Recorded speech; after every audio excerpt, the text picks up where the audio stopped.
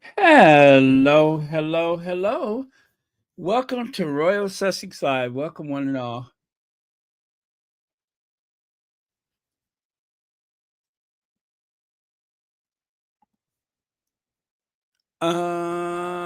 Okay, yes. I had the microphone so far away from me, you wouldn't believe it. Okay, let's see. What are we doing here? Okay, I got it. Let's see. Who was here first? Was it Gene MK? Anyway, thank you so much for being here first. Oh, you know what? I don't have my slides ready. Okay, let me grab my slides.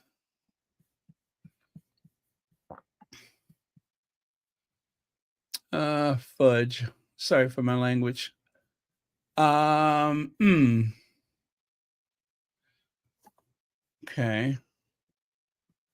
I'll get that fixed in the GIF. Okay, what am I doing here? All right, don't need you. That I need. Oh, okay, I got it. No worries. Yeah, okay. Hi, Joan Garcia, Fancy, Mifu, Peace and Joy, Caroline, Sweet Pea, Gwendolyn Daniels, Brenda Gray, Sussex Teen Warrior, Beverly McCaskill, Lydia Washington, Bunny Rose. Oh, Bunny Rose, you were first. Thank you so much. All right. So I believe my slides are ready. Okay.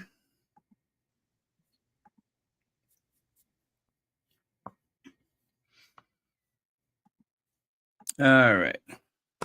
Wunderbar. That's German for perfection. That means it's working out. Looking out on the morning rain. Oh, I used to feel sun inspired. Oh, but when I knew I had to face another day, Lord, it made me feel so tired. But I'm no longer doubtful of what I'm waiting for. Because if it makes you happy, I don't need to do more. Because you make me feel, you make me feel, you make me feel like a content creator. Yep, you all make me feel like a content creator. Because you make me feel, you make me feel, you make me feel like a content creator. Oh, baby, what you done for me? It makes me wish you would buy one of those memberships. And what I got is so interestingly. All right. Hey, Legs, you were just in time for You Make Me Feel Like a Content Creator. Uh, yes, I feel a song in my heart again. That's like one of my favorite Gladys Knight songs. All right, let's get on with it. And of course, yes, I am Team Sussex. Um, oh God, those other two, they look like they've been rode hard and hung up and put away wet, or what's that? Is that how it goes? Or as Legs would say,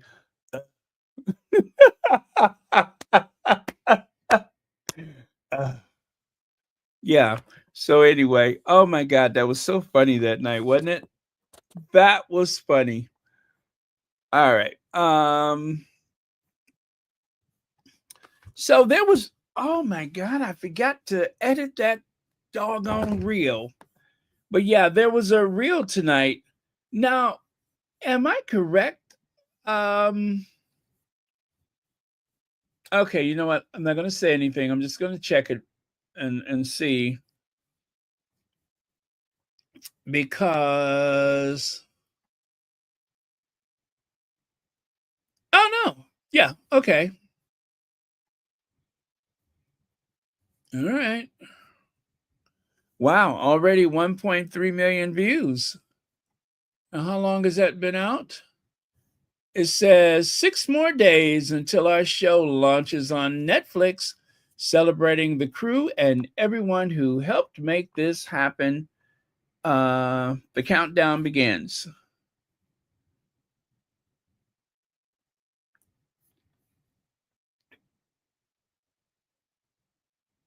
My. Yeah, so just in case you all missed it, there anyway, let me just go ahead and put this doggone thing up there so I can share it with everyone. That would be the easiest thing. Oh my goodness. Prayers for Elaine Parker and Jose William, who are both facing health challenges and would appreciate prayers. Thank you very much, Lydia Washington. Um, all right, prayer warriors, you got not warriors, but we know not worry, but warriors. Prayer warriors, you have your marching orders. Let's send out those prayers for Elaine Parker and Jose Williams. As you know, there has been a lot of squatties in 2024 that had health challenges. And through prayer, it seems as though a lot of people, well, let's just say, I believe in miracles. So it is always best to believe and put those prayers out there. Um, but yeah, thank you so much, Lydia Washington, for sharing that with us. Yep, get into prayer for our squatties. Okay, I am going to try to. Ooh. Oh, that's not bad. Okay, maybe I'll use that one as a backdrop. Yeah, maybe I'll use that one. But yeah, I want to get this video up so I can share it with you all. If you don't mind.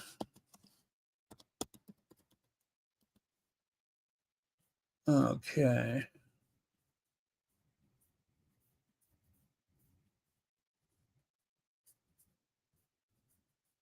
All right. I'm still here. Give me just a second. I could use that. Yeah, why not?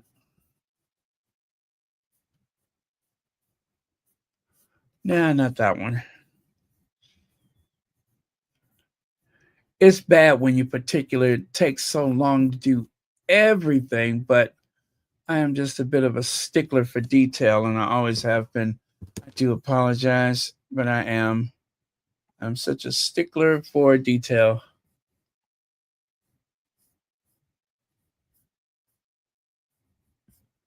Uh, okay, this won't take but a minute. Give me a second, you guys.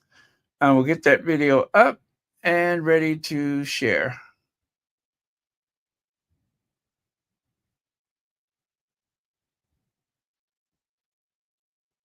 Oh, it didn't transfer. No wonder it's not there. Okay, it's happening though. This is so gonna happen.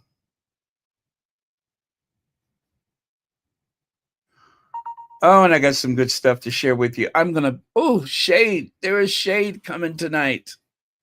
Yes, there is shade coming. I got shade. It's multiplying. And I'm losing control for the power I'm supplying. It's electrifying. I'm in such a musical mood tonight. You know why? It's because I got a lot of stuff done that I needed to do. Some of those little projects that I told you I was working on. Um, I amaze myself with how far I've gotten. I'm still not there yet, but I am trying to declutter, and it's a process, you guys. If you've ever been through that before, it's a process.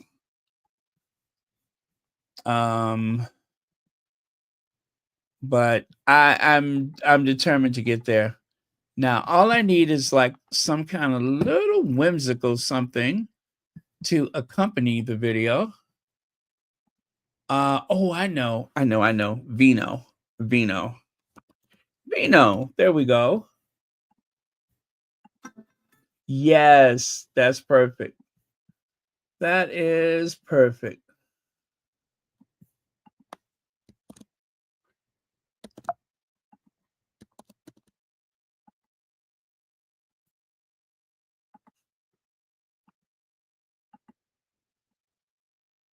Ah, there we go.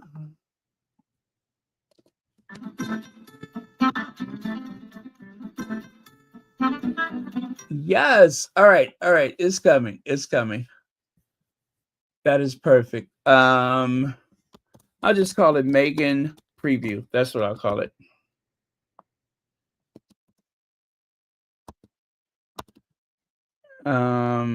With love.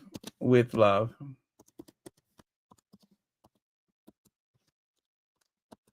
Okay. Perfection. It is coming up. All right. Thank you very much. Thank you all for your patience. Forgot I didn't have this ready. Lorraine Esmeralda A. Thomas, you just became a new member. Thank you so much for that. And as always, thank you for watching Royal Sussex. Okay. uh,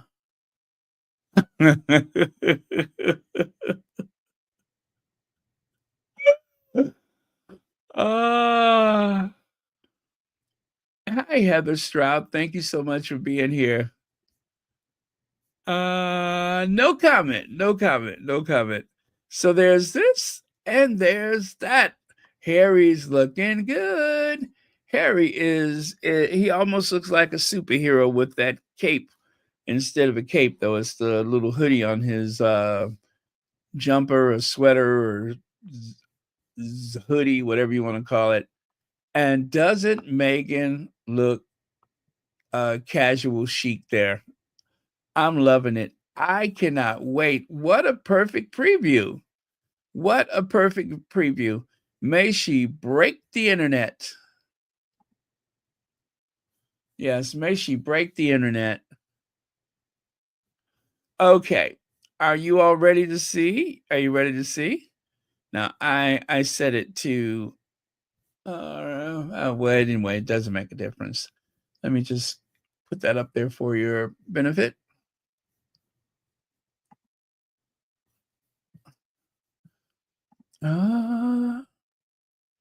Gosh, I hope this is right. All right, so I want that. And then I move this over here. And we're good.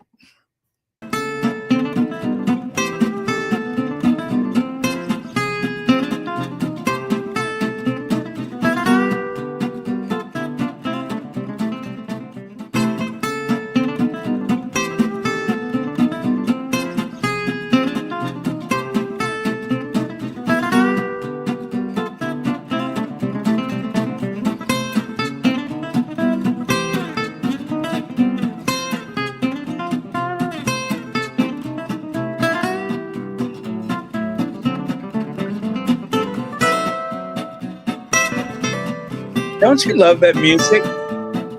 It's called Vino, as in wine. Let's watch that one more time. I love it. I could just watch it again and again.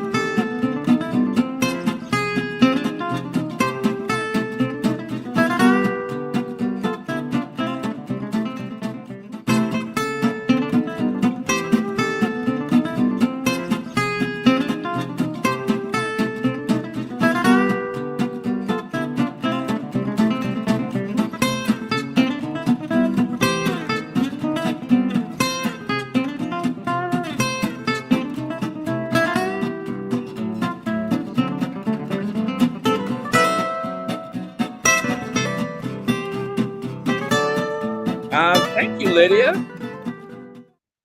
Can you believe I just threw that together just that fast while I was talking to you guys? Once again, I do thank you for your patience. But yeah, that was fun. That was fun.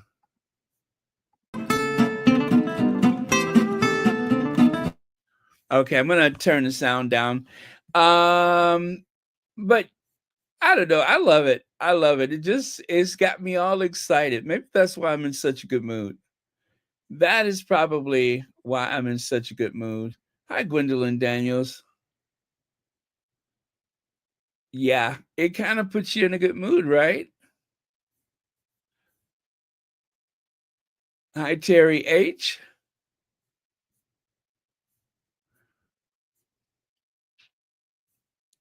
I love it.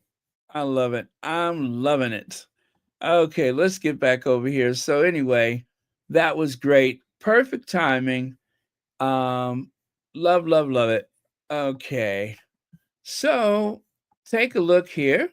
Meghan Markle rebrands American Riviera Orchard to As Ever, securing asever.com. Meghan Markle once again has chosen a strong domain name by securing the exact brand match, EBM, exact brand match, as ever.com for her rebranded lifestyle venture. Just as with her previous brand, she prioritized a memorable and credible online identity to ensure a smooth transition. Her old domain, AmericanRiviera.com and American Riviera Orchard.com, now redirect to asever.com, keeping her brand consistent and easy to find. Meghan Markle has rebranded her lifestyle venture from American Riviera Orchard to As Ever, aiming to expand beyond regional limitations and offer a broader range of products. The original name, inspired by Santa Barbara's nickname, the American Riviera, faced trademark challenges due to its geographic specificity and similarity to existing brands. The new name, As Ever, reflects Megan's desire to share more of her personal passions, reminiscent of her former lifestyle blog, The Tig. The brand will focus on cooking, gardening, entertaining, and thoughtful living, with products expected to debut around March 4th, coinciding with the premiere of her Netflix series with Love, Megan. All right, you guys, there you go. Now, is that something to be excited about, or is that something to be excited about? I haven't been this happy since Oprah's farewell season. Ah, nowadays, well, as Harvey Firestein said in the movie Torch Song Trilogy, honey, nowadays I'm not singing anything bluer than Zippity Doodah. Yeah, that's how excited I am. I'm not singing anything bluer than Zippity Doodah. So there you have it. We have that to look forward to, and it's just a few days and it'll be here. Prince Harry tells us about his personal Invictus journey since 2014. I wouldn't change any of it. Prince Harry's encountered plenty of A-list pals during the Invictus Games 2025 in Whistler and Vancouver, Canada, including Katy Perry, Michael Bublé, Chris Martin, Jelly Roll, and Justin Trudeau. Us magazine set a few rows behind Canadian Prime Minister and the Duke of Sussex. Wow, Justin Trudeau is 53. He looks good. But Harry's most cherished time was with the athletes at the seventh game, which focused on adaptive sports for wounded or injured members of the military, both active duty and veterans. The Duke is now a decade older since he launched the first games in 2014 and tells Us Weekly Exclusively, he has no regrets today. I have the benefit of hindsight and experience, but I wouldn't change any of it, except still wishing there were no need for the Invictus games. And of course, I believe what he means by that is that there would be other services, that would have kicked in where Invictus game came to help challenge some of those people that have been injured and sick, wounded. Um, there was a void there, and that's why the Invictus games exist. And Harry did not envision that it would be a permanent thing, but apparently it will be. As a matter of fact, one of these days in the very far flung future, there'll probably be Archie and Lily hosting these games with their parents, and it'll be like a whole family affair, I bet. But for now, it's just our Duke and Duchess of Sussex. But gosh, I can't wait. Of course, that'll be after the kids go to college, but I believe it'll probably be like a big family affair one of these days. And I'm getting goosebumps thinking about that. Wow, that is weird. But I cannot wait to see all of the Sussexes out there in force, showing up and doing good. So, anyway, that article is in the Us Weekly. Team Nigeria, just grateful for the display that. Okay, yeah, I tell you what, I will put the link for the article. It's not a very long article, but I'll put the link at the top of the chat. That'll be really convenient. So, okay. Wait, what did I do with it? Oh, there it is right there. All right, I'm going to put the link at the top of the chat. And so you can complete that article at your leisure. How come that's not working? Okay. Did that work? Ah, there it is. The Us magazine. All right, so I pinned it at the top of the chat. That is the article. At least I think that is. Yes, that is. If you want to complete that article, there you have the link at the top of the chat. Okay, and Plus Size Fairy gifted a Royal Sussex membership. Why, thank you so much for that, Plus Size Fairy. And thank you so much for being a member of Royal Sussex. Wait a minute, are you a member or no? Oh, well, anyway, thank you so much for gifting a membership. That was very, very kind of you. Okay. Oh, almost forgot the bell. All right, let's go here. So there you have Prince Harry, Duke of Sussex, poses for a picture with Team UK at the Skeleton Finals during day 2 of the 2025 Invictus Games. That image was from the article. And there you can see exclusive Prince Harry tells Us magazine how he's come since we are Invictus Games 2014. I wouldn't change any of it, he said. And at the bottom, you can see Prince Harry tell. Okay, same thing. That is a post from E. Holmes. Well done. Whatever that says, chatting with. That must have been the name of the writer, I think. But yeah, so again, that's that article. Okay, I'm going to replace that pen with this pen. And of course, that pen is for Plus Size Fairy. Remember, another Sussex friendly site. All right. And moving on. Oh, by the way, I don't think we'll be here more than an hour. I almost forgot to say it. See, if I don't say it, then it's like 3 or 4 hours Prince Harry, the Duke of Sussex, and Meghan, the Duchess of Sussex, speaks on stage at Whistler welcoming ceremony during day 2 of the 2025 games. Once again, this photo is from, actually, it's kind of funny because the expression on their faces, it's funny to me because I don't think I've ever seen that one before.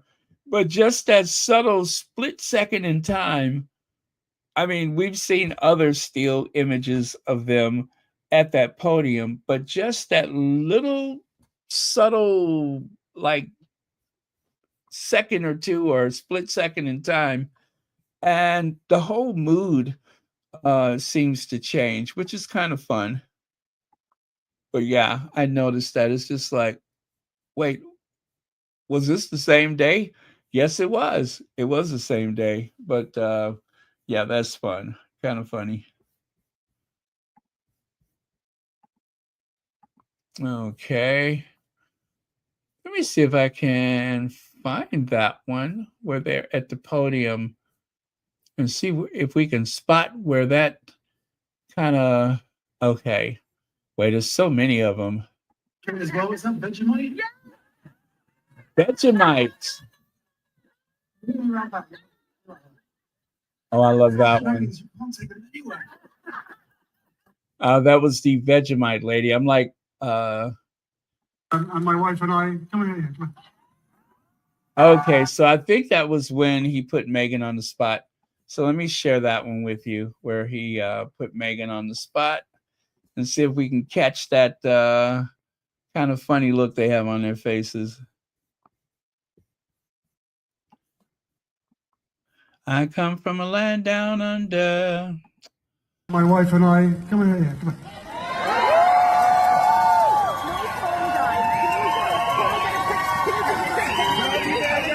Now she's gonna sing. Okay, I think I just saw it. See there? When he says, now she's gonna sing, you can see it. Guys, thank you so much. Thank you.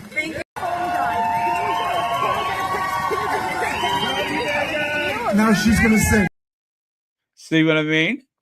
That was that split second. That was, isn't this fun?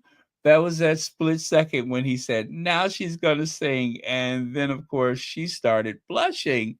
Look at her face. I do believe she started blushing.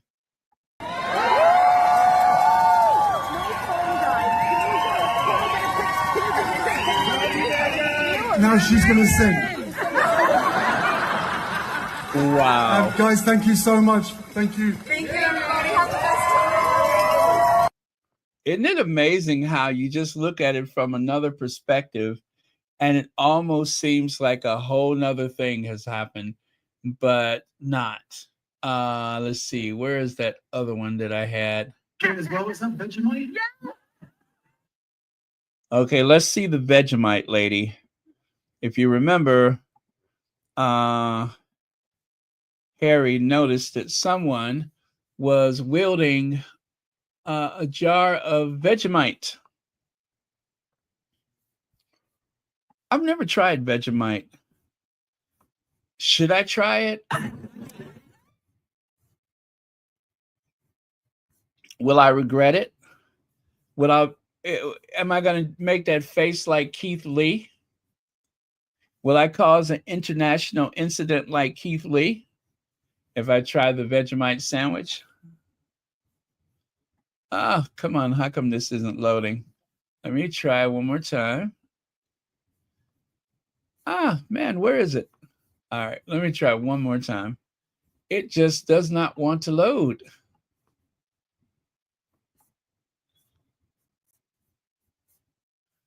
I come from a land down under. Let's see. I'm trying to remember, how did he say Vegemite sandwich? And she just smiled and offered me a Vegemite sandwich. And she said, I come from a land down under. Okay, I'm not able to share that one. It just won't act right. Yeah, that is too bad. It won't act right. Oh, I know how I can do it. Let me try this. This will work, I think. This is the first time I've tried this to find something, but let's see if it works.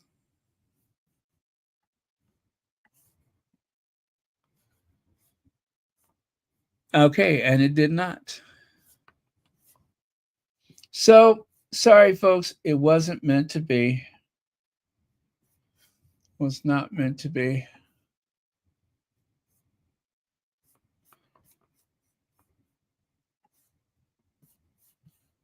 Oh, man.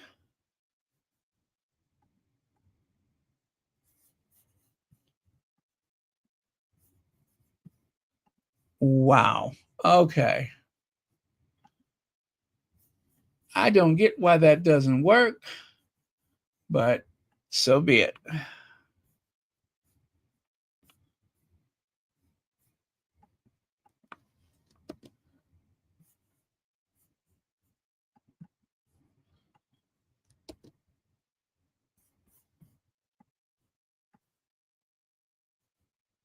Huh. All right. Sorry. Gosh, you know when I get fixated on trying to find something, I cannot let it go. All right, but I'm going to let it go. Now, the Assembly Speaker, Edwin Poots, MLA, I'm not sure what that means, MLA, but apparently he is a politician in Northern Ireland, hosted a special celebratory event earlier today to mark Andy Allen significant achievement at the recent Invictus Games in Vancouver, Canada. Andy achieved a remarkable tally of 4 medals, 1 gold, 2 silvers, and 1 bronze. Also present at today's event was fellow Invictus Game competitor Stuart Ball from Lisburn. Okay.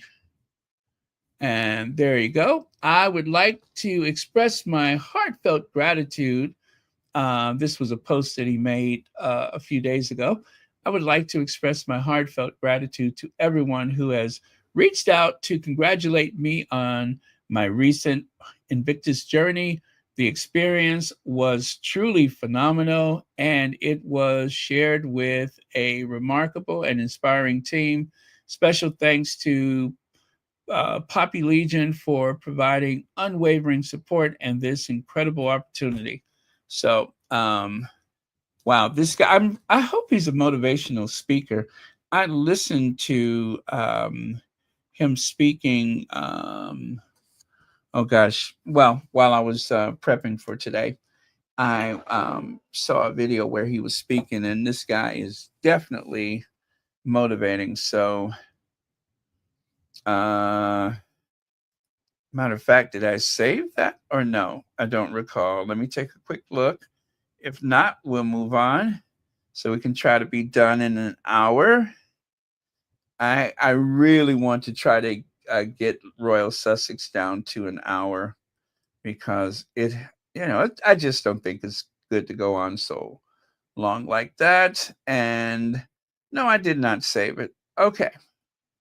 Oh, but I did save that. Oh yeah, I got something yucky to share with you about the rest of that clan. Oh boy. Well, I'll do that in due time. Now, the RT Youth Power Fun, not Powerful, Power Fun highlights Cyber Collective. You guys, I am so proud of the Duke and Duchess of Sussex, and I admire them, and I'm also very thankful to them because they are walking the walk and they are definitely talking the talk. What I mean by that is that Harry and Meghan are doing so much, especially behind the scenes, when it comes to the cyber world, the AI world, everything that can affect the way young people think and feel and relate. They have been at the forefront supporting people who have made it their life's work to straighten out all of the weirdness, all of the problems, all of the distractions that comes from social media and the online world, bullying, self-harm. There's just so many things that needs to be addressed. And then if that wasn't enough, they even set up that parents network so that the parents who have lost a loved one, a child, to the bullying and the abuse of the online world, Harry and Meghan have not forgot about the parents, the families, the young people, everyone who has been affected. And all of this while they are fighting and pushing back against the tabloid media and, of course, the left behind royals that seem hell bent on sabotaging them. And that's why I get very resentful when I see the way people critique them for every little thing. Oh, they didn't time this properly. They didn't do this right. You have the weight of the world, of the royal family, of the tabloid media, and a bunch of online bullies breathing down your neck every day.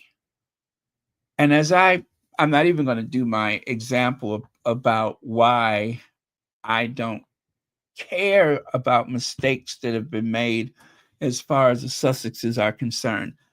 Given what they have to work with, they are doing not just the best that they can do, but they have surpassed what most people in a similar position would have done.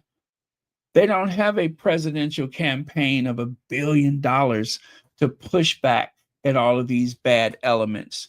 They have each other and a team of people that work with them in Montecito. And of course, as we all know, in Montecito, there are no lakes in Montecito. Of course, they have other friends like Tiffany, who seems to show up here and there. But then they have their enemies like, I love the Queen. I love the Queen. You know what I mean? They're doing the best that they can. They're doing even better than that. So I'm going to support them either way. Does not matter. Through good times and bad times, I'm going to be there. And I know most of you all are too. So we're not fair weather fans. We're here. So with the announcement of the Responsible Technology, that's what RT is, Responsible Technology Youth Power Fund, second cohort, the Archwell Foundation is excited to highlight the impressive grantees who are working toward a more inclusive and equitable technology ecosystem. Cyber Collective helps people understand the impact of technology so that they can protect themselves and their communities online. Over the next year, they will implement their internal Street Smart program, which will revolutionize digital safety education through a culturally relevant, engaging approach that speaks directly to Gen Z and historically marginalized communities. Internet Street Smarts will serve as a cornerstone in reaching their goal of empowering 300,000 people by 2025, ensuring that everyone can experience technology safely, privately, and with dignity. That is very important. Cyber Collective was founded by Tanzan Khan with 12 years of cybersecurity experience across Fortune 500 companies and government agencies. Tanzan identified a critical gap: the emotional and psychological impact of cyber crimes on marginalized communities. Through Cyber Collective, she leads a global network of 50 BIPOC, I guess BIPOC leaders, working to ensure technology serves all communities equitably. Her work consistently demonstrates that effective cybersecurity education must be addressed both technical skills and emotional well-being, making her a transformative voice in responsible technology. Now, to learn more about this, you can go to cybercollective.org. Remember, make sure it is .org. That means that it's a not for profit. That means that you haven't been steered to some organization, which is actually some cyber cafe in a place where, there's a lot of desperate people that are hoping to get into your life savings or whatever. You know what I mean? So that's the kind of stuff you want to avoid. So remember, it is cybercollective.org. That means it's a not-for-profit.org. Oh, Yolanda, I miss our Roberta Flack too. We talked about her the other day. We sure did. We did. Roberta Flack, she had such an enchanting voice and so soulful and so there we go.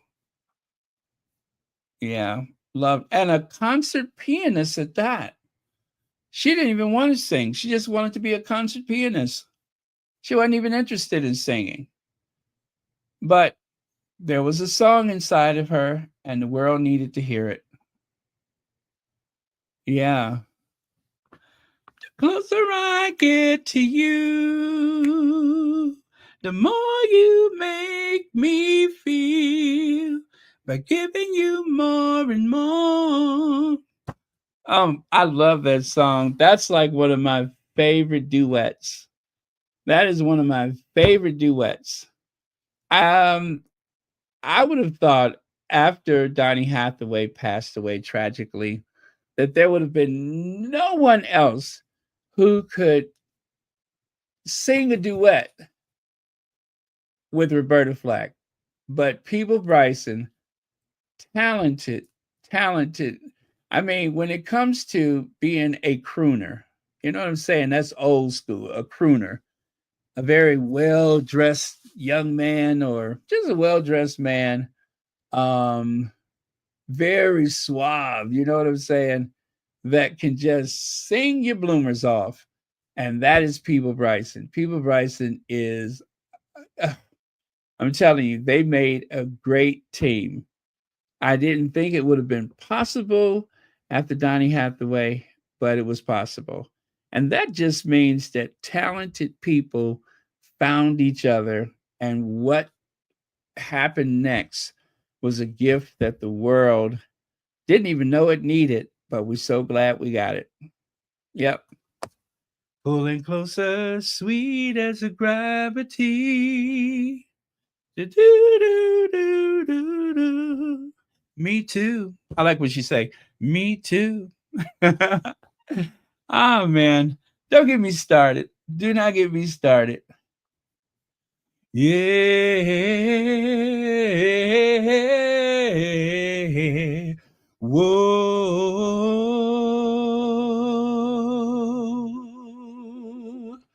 Close your eyes and I'll love you. I will take my time. Now that is People Bryson, right? He tore that song up. I mean, it was toe up from the flow up. He handled his business, didn't he? I'm so into you. I'm so into you that I don't know what to do because I care for for you. I really do. People Bryson, awesome. If you don't know People Bryson, get to know him. But I'm telling you, your knickers are gonna fall on the floor. They are. You're not gonna even know when you lost them, but you're gonna lose them. Because People Bryson, when I say that man can sing, he can sing. I don't know what these kids are doing nowadays, but People Bryson handles his business. So that is what? What? I'm telling you, I got a feeling that he's not that tall, but when he's singing, he is 7 feet high. He is 7 feet high. That man can sing. All right. What were we talking about? We were talking about cybersecurity. Now, let's get to those two misfits, Tweedledee and Tweedledum. We got to get to those misfits. Oh, CH, it's going to be all right. It's going to be all right. Let's see here. So that, of course, is the dragon. If it's a dragon, you're in Wales. If it's a lion, you're in England. And if it's a unicorn, you're drunk. You are totally just, you're 3 sheets to the wind drunk. Or you're in Scotland.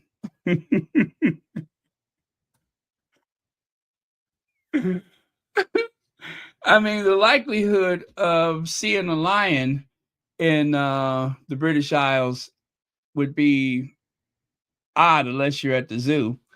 The idea of seeing a dragon, especially with wings, that is pretty unlikely too.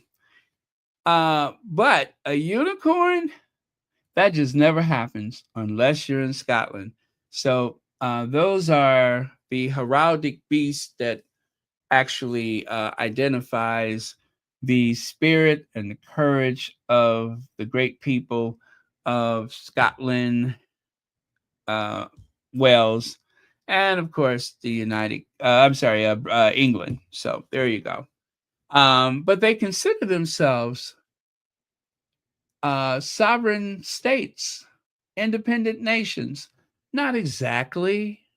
They're not, completely void of outside, you know what I'm saying? It's because England's parliament, it seems like in so many things they come first.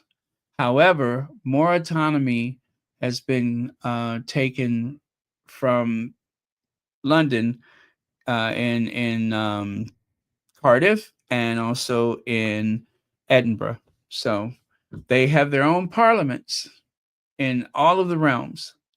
And it's a good thing because, as we know, there has been a movement to end this United Kingdom. This idea of being united under the Union Jack, some people just are not feeling that anymore. And so that is why when you go to Wales, you'll see that there are signs in public that are in both Welsh and, of course, or do you call it Gaelic? It is in Welsh, the Welsh language, and there's also the English language. Anyway, I really loved Wales. I when I went to the UK the last time in 2018, I just kind of walked in Harry and Meghan's footsteps. I went to as many places as I could that they have been to, and that was really cool. And that includes Cardiff Castle.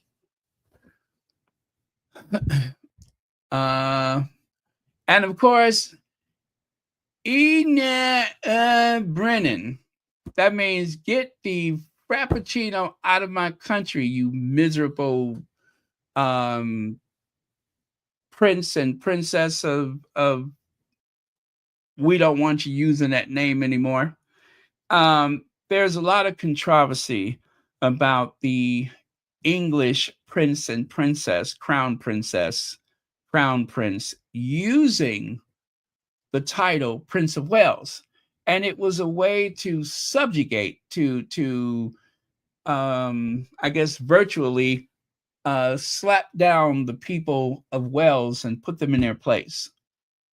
And some people, there, as I say, there's an independent movement. They're sick of it. Do you hear me? Sick. They're sick of it. So, could you imagine going about your business in Wales today and old big face Kitty and old big face Willie? They come walking up on you, putting those big faces up in yourn. Could you imagine that? They always leaning into you and getting all up in your face.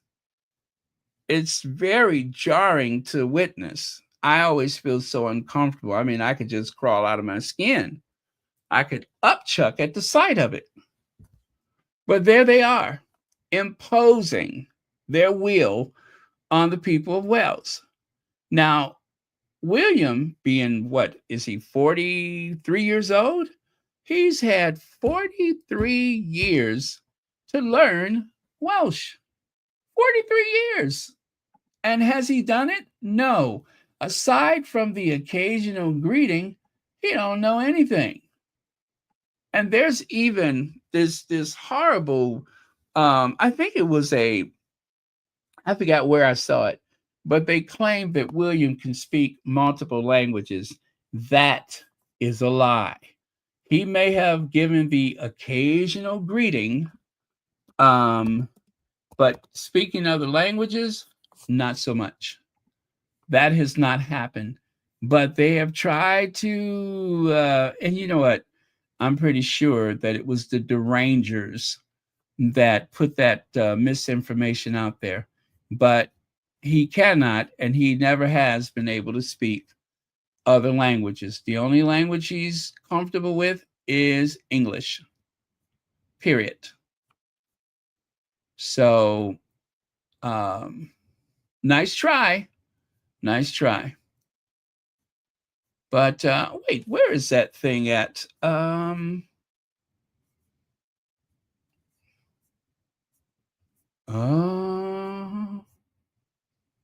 Charles and the Welsh Revolt. Okay, outside of the UK, a tide of history would appear to be running against the British crown. Even in the UK, things are not so rosy as they could be. The royal family is fighting a there's something action to maintain its relevance and validity. Not exactly what I was looking for, but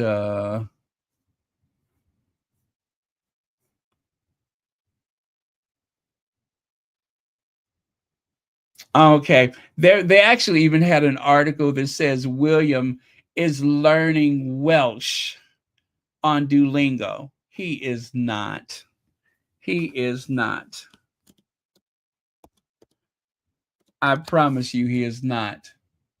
Because he's lazy. He's had a lifetime. I mean, I'm just going to give Charles credit. Charles learned to speak Welsh at an early age because he knew that it was going to be important, right? And even if somebody else told him to do it, the point is he did it. William, not so much.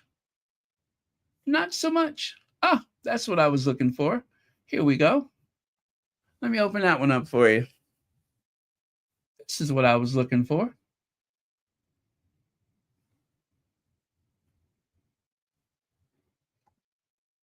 Imagine growing up knowing you'll be made prince of a foreign country, then imagine the arrogance required to not bother learning the language. And there, right there, you can see a crowd, the independence movement. When Charles went to Wales after the Queen died, when he was trying to solidify his power, and he went to the various parliaments of Scotland, England, I'm sorry, Scotland, England, Wales, Northern Ireland, so that he could, get the proper document signed. there were protests, especially in Wales. And I think that kind of caught them off guard. But what was so insulting about his trip to Wales is that he went to Wales, Charles, that is, went to Wales to grab power, as they say, to solidify his power. And it was on a day of remembrance for the last Welsh-born sovereign. What an insult. He could have gone the day before or the day after. He went the day of.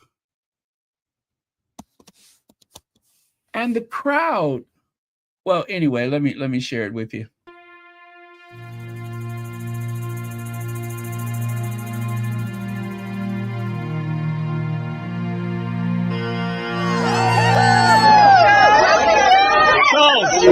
While we struggle to heat our homes, we have to pay for your parade. The taxpayer pays 100 million for you, and what for? Needham Renin, not my king. Now wait, watch and see Charles make that face. He looks like Charles Nelson Riley. Remember him from the old game shows and such? Wait until you see how the corners of his mouth turn down.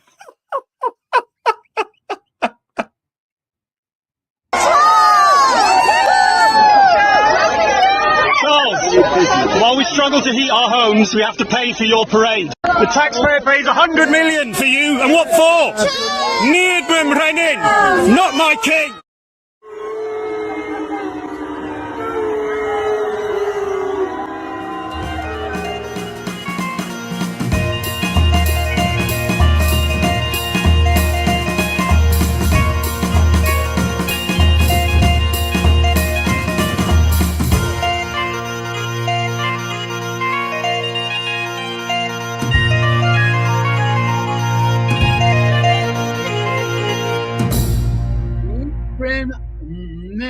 Anyway, Neiman Marcus. That's what it translates, Neiman Marcus, but it really means not my king.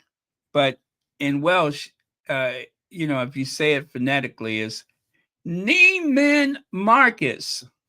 See what I mean? Neiman Marcus. I speak more Welsh than William.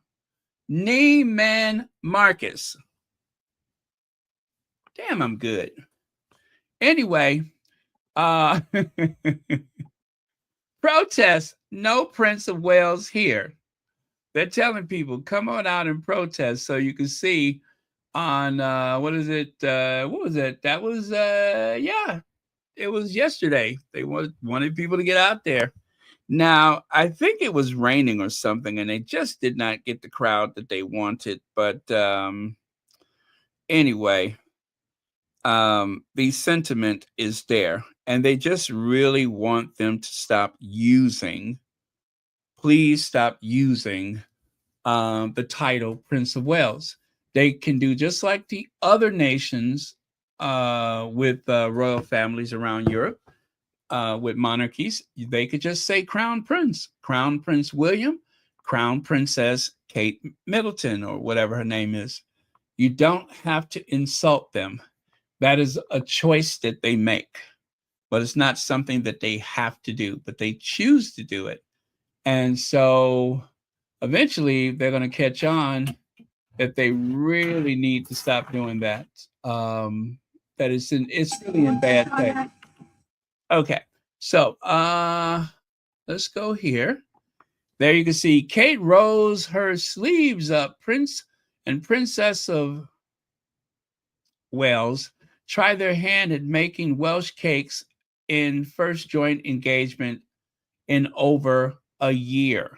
This is their first joint engagement in over a year. Everything else, Kate just kind of tagged along at the last minute, but this was the first time that the two of them were announced and confirmed to have made a visit together. The Herald News Update, which is a Welsh paper, says, the announcement of the Prince and Princess of Wales visit to Pontypridd on February 26 has elicited varied responses from the community the royal couple, et cetera, et cetera. But yeah, so they, you know, and of course, the whole thing about them cooking Welsh cakes, we know why this happened. We all Connie Balmer. Hey, Connie Balmer. We all know why this happened. It's because Meghan has a show coming up. That's why. I mean to tell you, that pathetic family was out in force today. Because look at there. I'm trying to figure out, does one or both of them look like they're over medicated? I'm not saying that they are taking medication, but they seem a bit overly stimulated, as though they got that B12 shot before they left home or on the train or somewhere. But it looks like somebody has been, um, you know, enjoying a little dose of B12. That'll help pick up your energy. Or could it be Uncle Gary and his magic baking soda? Let's see, Baron, kids are more original than Pete and Repeat. That is a good name for them, Pete and Repeat. Thank you very much, Joan Garcia. But yes, the hyena grin. But during those unguarded moments with the real Kate Middleton, please stand up. Yeah, these are the images that the magazines did not purchase, okay? That the media refused to purchase. I don't know why. She looks amazing. As a matter of fact, for a change, I think she's only using her hair. I don't detect any extensions, but I'm pretty sure they're there. But she does, at least it doesn't look like she's wearing extensions, because sometimes she can go overboard with those extensions. But it almost, aside from the highlights, it almost looks like all original hair, and that's a plus. That is a plus. Um, I think that as a royal, she mysteriously, it doesn't seem like she lost any hair during her so-called illness last year, and that being the case, um, you know, I think that she's been going overboard with the wigs and extensions. I mean, you're somebody's mom, not a Vegas chorus girl. But anyway, let me share this one with you. Now, I don't know about you all, but let me tell you, as an African American, we don't eat everybody's cooking. Y'all know that, don't you? We don't eat everybody's cooking. And there's a reason for that. We don't eat everybody's cooking. And I will show you why. Let me see. Oh man, why is this not working? You cannot, okay. It is not letting me do it. All right, let me try it this way. Nope.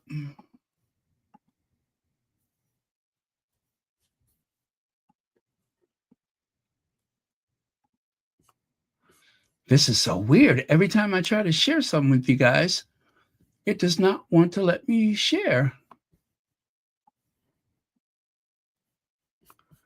Okay, that didn't work. Let me try this one. Oh. Oh, okay. Let me. Maybe this will work. No. What the fudge?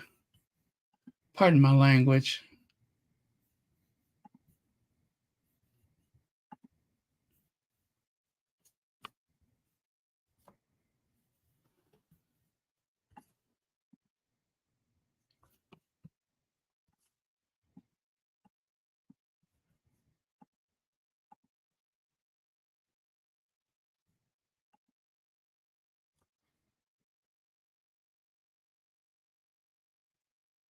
Okay.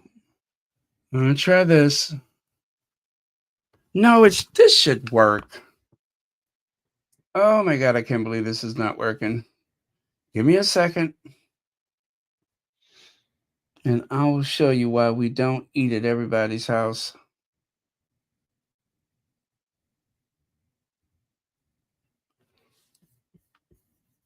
Oh, okay. I know what I'll do. I know what I'll do. I will take the road less traveled. Ha! There we go.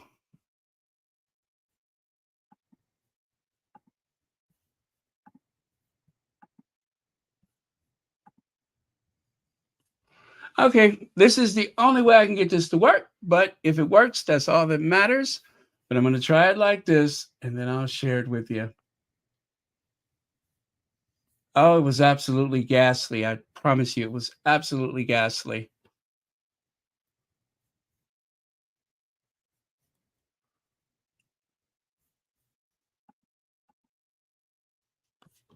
All right. So the only thing is I'm going to have to skip through the beginning of it to get to the part that I'm actually looking for.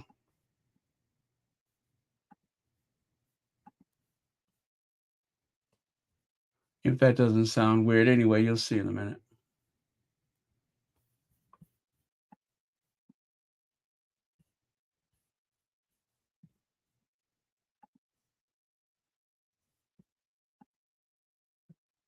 Okay.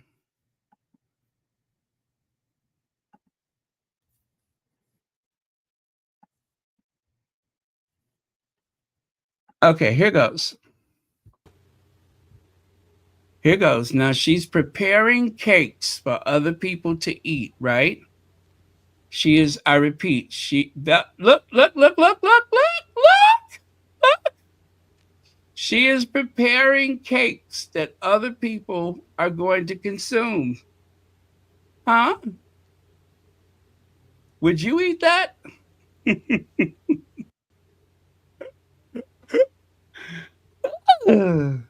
She is preparing cakes that other people are going to eat. Now remember, that is her hair and extensions. That is her hair and other people's hair. And in spite of that, the fact that she is preparing food that other people are going to eat, she's just laughing and running her hands all through them hair extensions and bonding elements and such. I think it is absolutely disgusting. Absolutely disgusting. Who does that? And she think it's okay. If you say something, she'd be like, "What? What? Ugh. Why is she doing that? Somebody make her stop. Somebody make her stop." But listen, it actually gets worse, you guys. It actually gets worse because I haven't even gotten to. Oh, one more.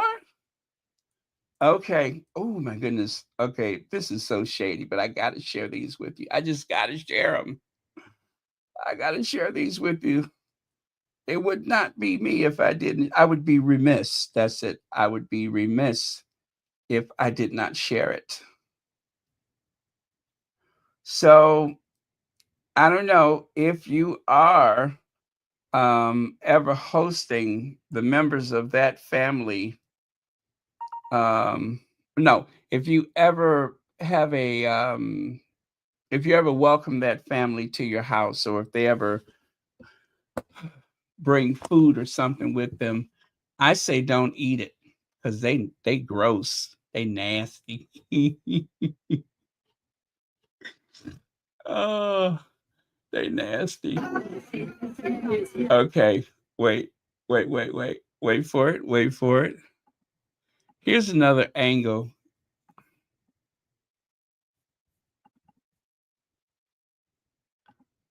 Here is another angle of it. As if that didn't gross you out enough. Let me share the other view.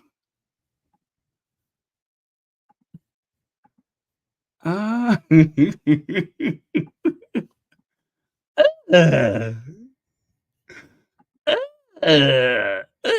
Yuck.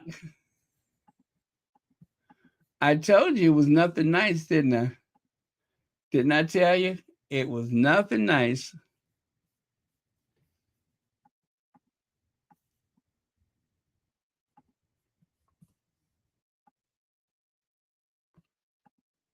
Oh, fudge. Now this thing is acting up again.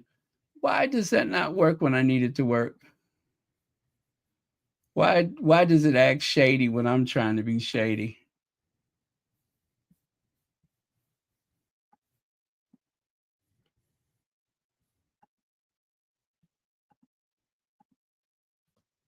Oh. There we go. Wait, invalid? No, I got to share that one. Please don't do that to me. All right, let me try to do this one more time.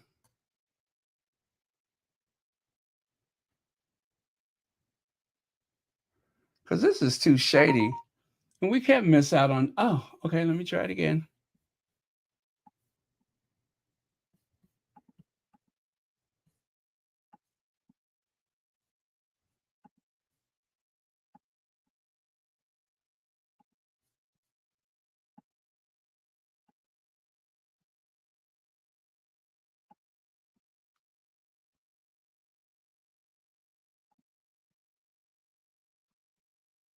All right. Okay. Give me a second, you guys.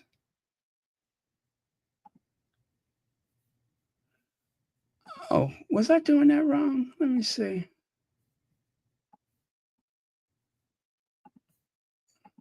What is wrong with her? What is wrong with you, lady? Look. Why she doing that? Wasn't it bad enough she was doing it here? Why does she keep doing that? Why does she keep touching her hair and then touching food?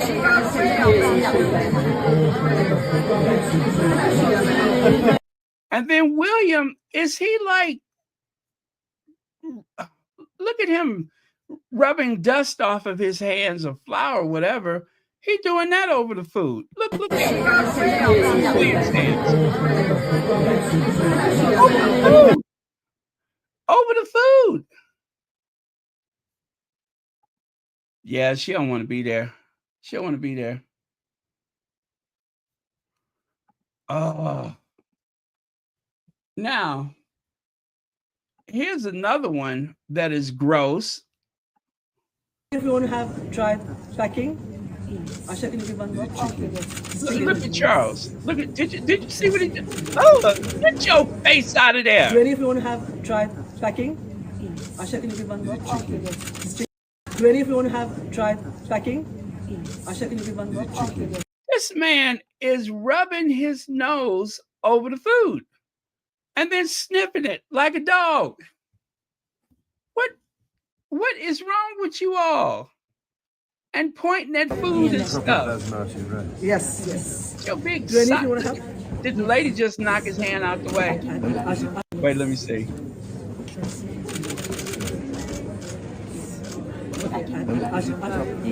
Watch. Yes. Your hand. Granny, if you want to have. Yes. Do you want? Your damn hands out the way. Yes. Yes, get out Granny, the if you way. want to have. Yes. Move, Granny, if you want old to have. man. Yes. Move, old man. You barely king. No, I'm going to send the biryani to you. Oh, I love this. Can I God, take some?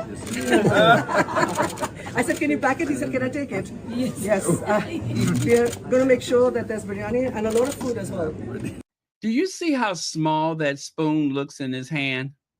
Look at how big it looks in her hand, and look at how small it looks in his hand. Yes. Do any of you want to help? Yes. You want it? See, she has to hold it like a bat, but him, he holds it like a I'm going to pencil. send the biryani to you. I love this. Can I take some? I said, can you pack it? He said, can I take it? Oh, shut up. We are going to make sure that there's biryani and a lot of food as well. Please pack the food. Yeah, so How much do I put in? so that's fine. So we send so throughout Ramadan. Now don't forget to snip it and rub your hair. So throughout Ramadan, we send this to the hospitals. Oh, there he goes. And, What some of the is hospitals wrong and with we you? also give it to homeless because sometimes being hungry. You've done it. Oh, I did. What is stop? You ain't supposed to touch your face while you're preparing We food. distribute this during Ramadan. And look at Camilla, always looking at the camera. Always looking at the So it's kind of a camera. whole meal on its own.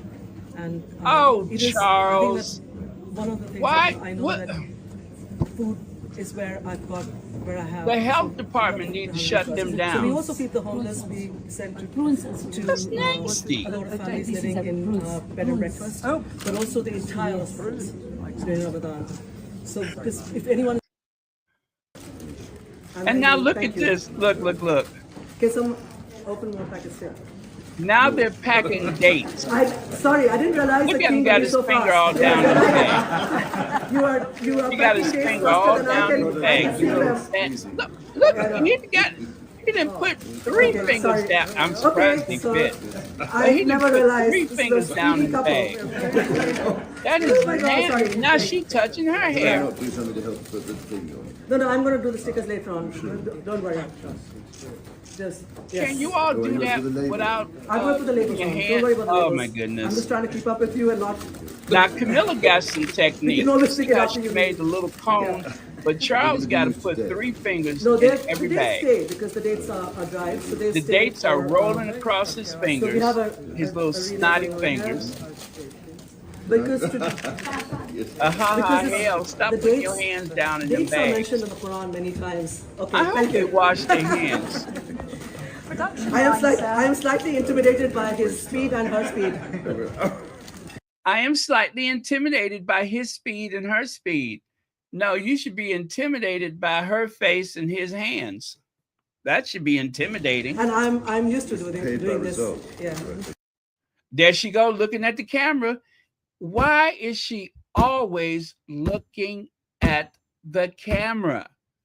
In entertainment, in movie making, even when they do a news report, there is a rule. Let the camera find you. Let the camera find you. You're not supposed to be looking at the camera, stupid. She keep looking at the camera. You have been in this long enough to know better. Stop looking at the camera. You're supposed to let the camera find you. Every time you blink your eye, this fool is looking at the camera. That is so unprofessional. And then she's holding the date in her hand like she's posing with it. They got to get her out more often. That's what they need to do. They really need to get her out more often because she is acting a fool. Let me see here. Speaking of looking at the camera, where is it? Where is it? You know what I'm looking for. There it is right there. There it is right there.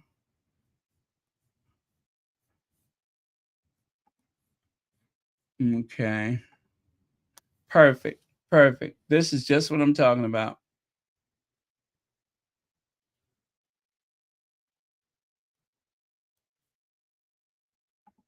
See what I mean? Always looking at the camera. The face that has launched 1,000 nightmares is always looking at the camera. The face that could stop a truck. The face that time has marched over again and again. I mean, time has put on combat boots. Time has put cleats on and marched all over that face. And yet she got the nerves to keep looking at the effing camera. Stop doing that, woman. Stop. If you want to try packing, Asha, can you give one more? Chicken. It's chicken. Is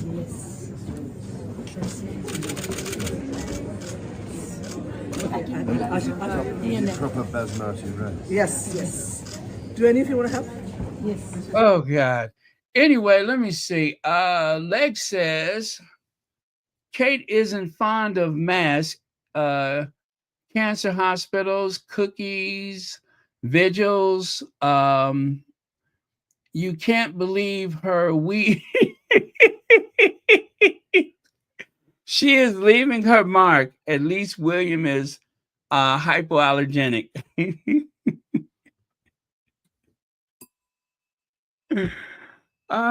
Thank you, Legs. Thank you for pointing that out. Yes, short-haired dogs are usually hyperallergenic. Oh my God, they are disgusting. Look at her. She don't know what to do next. Look at her.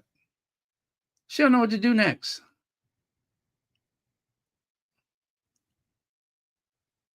Oh, they're so relatable. They're so relatable. Oh, they're so down to earth. They're so relatable. Why is you just clicking the things? Put the damn dates in the bag. That's what you're there for. She wants to hold a conversation. You supposed to be putting the dates in the bag, stupid. She just feel like talking. Oh, Lord. There she go, looking at the camera. There she go, looking at the camera. It wouldn't be her if she didn't look at the camera. Oh, well. Anyway, you guys, I told you I was all about the shady today.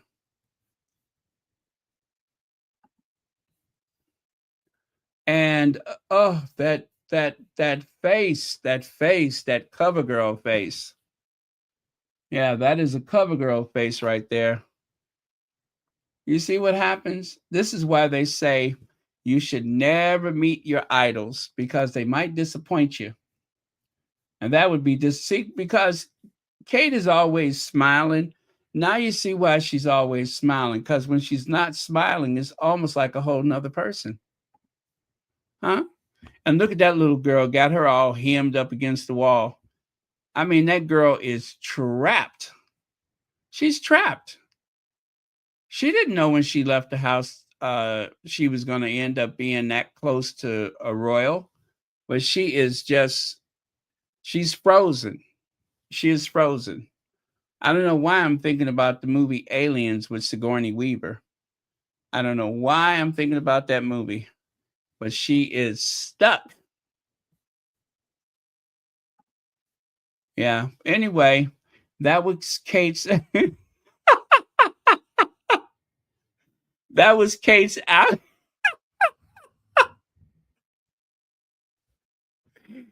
That was Kate's outing today. I'm so glad that she and William are back together out doing their royal walkabouts because, as you know, I was running out of material, but now I got enough material to sustain me for months. Thank you, Will. Thank you, Kate. Thanks for the laughs. Thanks for the memories. But yeah.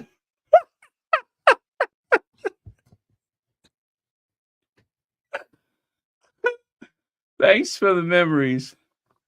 Yes, askew. Kate's mouth is askew. There's a lot of askews going on there. But yeah, that's that intrigued look. Obviously, she's concentrating on something, but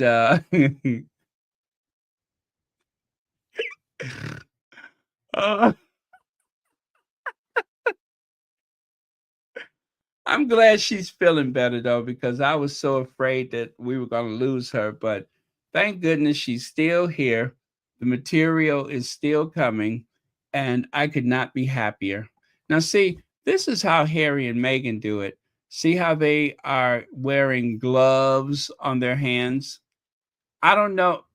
Oh, see, that's Homeboy Industries, and they're wearing gloves, they're wearing face masks. See how they're doing there? You don't prepare food with all your face and hands all up in it, rubbing your nose, adjusting your hair extensions and stuff. That's nasty. That is just nasty. So, cheers to Harry and Meghan for knowing how to, uh, you know, respect hygiene. And look at there. Have his staff told him everyone takes an empty folder on the train? Well, apparently, because once again, he jumps on the train with an empty folder. He seems to think that, well, that's what Kate does. You just grab a folder so you can do busy work. That's it. Just grab the folder so you can do busy work. See there? Princess Kate brings back pre-breakup blazer we've not seen in 18 years. Well, it should come as no surprise that Kate has articles of apparel that are almost as old as she is. A lot of things that her mama gave her. We all know that she be wearing her mama's clothes, like that night she was out with Sir Richard Branson when he was giving her advice about her parents' company.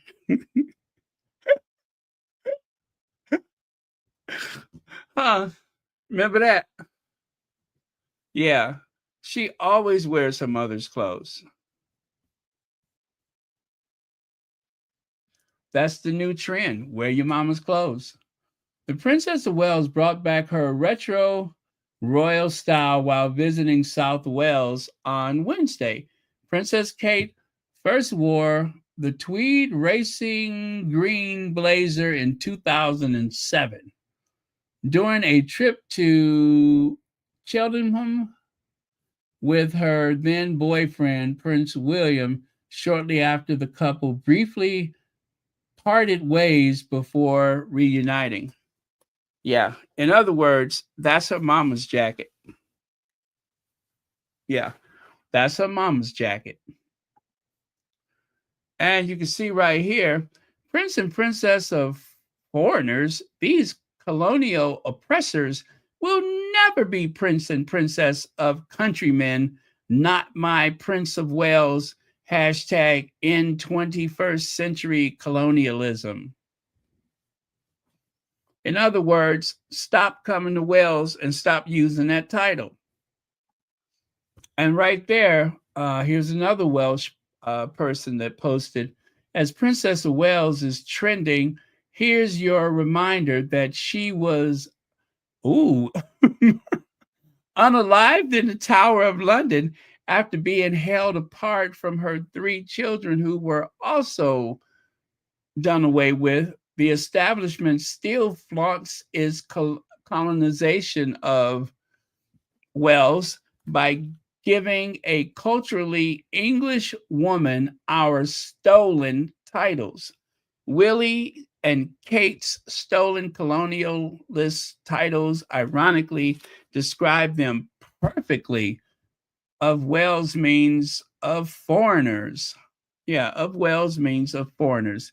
They are not Welsh in the 21st century colonialism. I mean, these people, you all didn't know that there was this type of apathy, this type of hostility toward those two or anybody else who uses that title, but there is.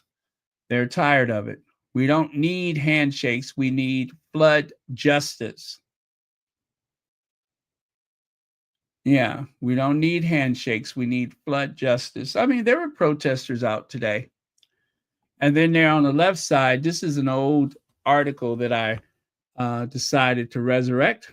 Loving William in his statesman era. Fans praise Prince William, the Prince of Wales as he steps up his royal duties amid King Charles' cancer treatment.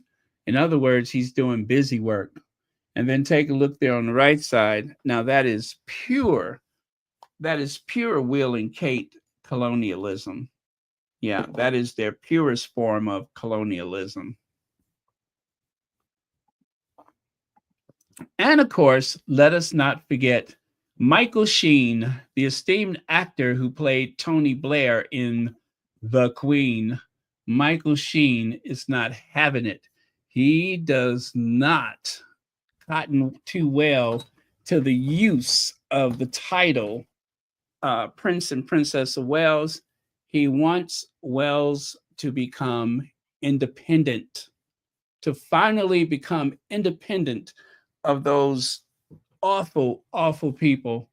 September 16th is important to many people in Wales because it marks the moment the whoever that was claimed the title Prince of Wales. To choose September the 16th to come to Wales seems full of meaning. On one hand, it is chosen deliberately, and then I'm sure many people will feel that is quite insulting to those who celebrate, that was the last sovereign of Wales Day. If it was done on purpose, it seems insensitive to the point of insult. And what he's talking about is when Charles went to Wales, September 16th, I think it was. It was after Queen Elizabeth died, right? Remember, she died in September the 8th of 2022. Charles went to all the realms. He signed those documents. Remember, he had that meltdown with the ink. He signed all the documents and he had the big meltdown. And that was a Welsh holiday for the last sovereign ruler of Wales. And Charles went there as the new king of England, Britain, the United Kingdom. It was insulting. It was insulting. And there was no way they could have gone the day before or the day after. There was nothing mandatory that he had to go that day. And if it was done on purpose, if it was done accidentally without realizing what day was the one, what day it was, then one does wonder what being Prince of Wales actually meant. If you're not aware of what that day means, and that is the actor Michael Sheen. Yeah, he did a public service announcement. There's actually a video, but you can hear too much wind in the background, so it's not really pleasant to listen to. But yeah, he was pissed. I mean, he was pissed. So the other thing that happened, now Charles wasn't taking any chances with the ink. You know that. Charles was not taking any chances with the ink when he went to Wales. And I can show you too. Let me show you. Uh-oh.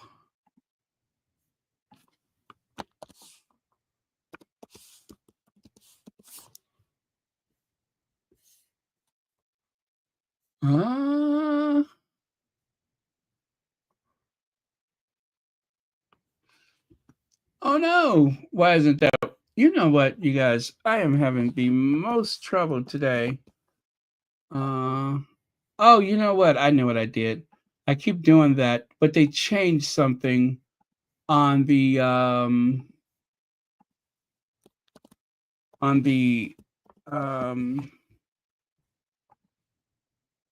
okay. Oh, here it is. Here it is.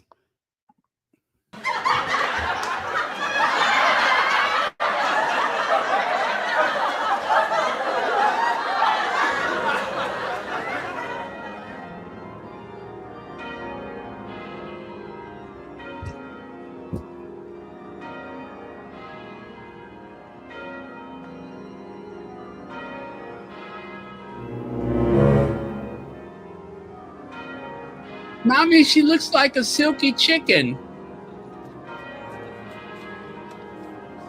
No, I don't want to get too close to her. She looks like a silky. No.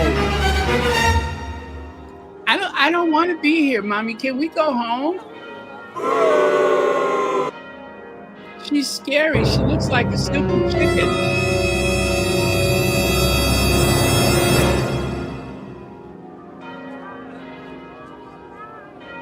Look at that. That little girl is having a fit. Let's go back inside.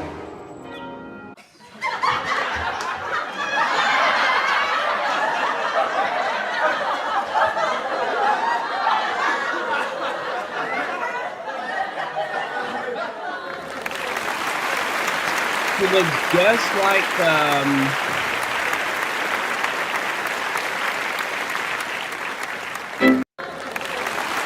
but doesn't she look just like Ernest Borgnine? She looks just like Ernest Borgnine, separated at birth. She could win the Ernest Borgnine lookalike contest. Yeah, that poor little girl was freaked out, wasn't she? That poor little girl was freaked out at the sight of her. Get that silky chicken away from me. Look at her hat.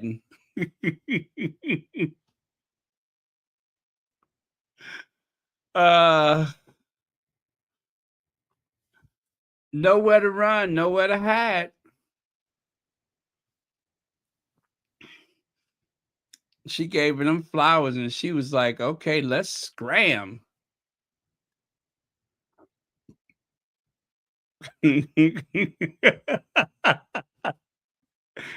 Oh, well. Them royals are scary. So look at there. Last June 25th, 2024. I think it was, no, you know what? I'm sorry. That photo is older than that. That wasn't June of 2024. That was, I think, 2023. Anyway, I remember that day because William was walking so far ahead of Kate. He does not seem to have the least bit of concern about where she is or if she's managing. She's got that big heavy tote bag that they told her to carry so they could look like they carry their own baggage. And trust me, they do carry baggage. But they're a bunch of hypocrites. They take a train only to go and meet the helicopter. If they did take the train without using a helicopter at all today, trust me, it was weather related. It was weather related. One of the squatties says William uses his folder to keep very important notes. Well, here's one of those important notes right here. Don't you just love the Sussex squad? Act natural, check. Look interested, nod, check. Smile, not too much teeth, because you know he got that weird mouth, right? And then hold hands with Kate like we practiced. Use the loo before. I love it. I love it. This is why you got to love the Sussex squad. See, I get it, you guys. Some of y'all be like, don't pay them no attention. I need to laugh. I'm sorry. I need to drag them. I just have to. Somebody's got to do it. They need to be dragged. And we know that there are many people in the Sussex squad that are willing to take up the task of dragging them all up and down the street. Now, the dress code at Buckingham Palace, according to Roy Anika, has really relaxed since my last visit. Queen Camilla meets Gladiator Nitro and Fire at a reception celebrating the BBC 500 Words Creativity Writing Competition for Children, which Camilla has supported for the past decade. Well, let me just say this. I'm going to just say it. I'm going to just say it. I'm not going to add anything unnecessary.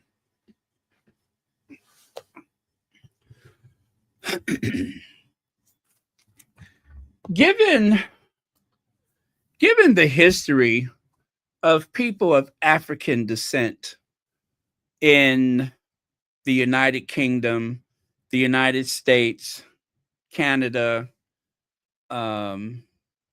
all over the Caribbean, um,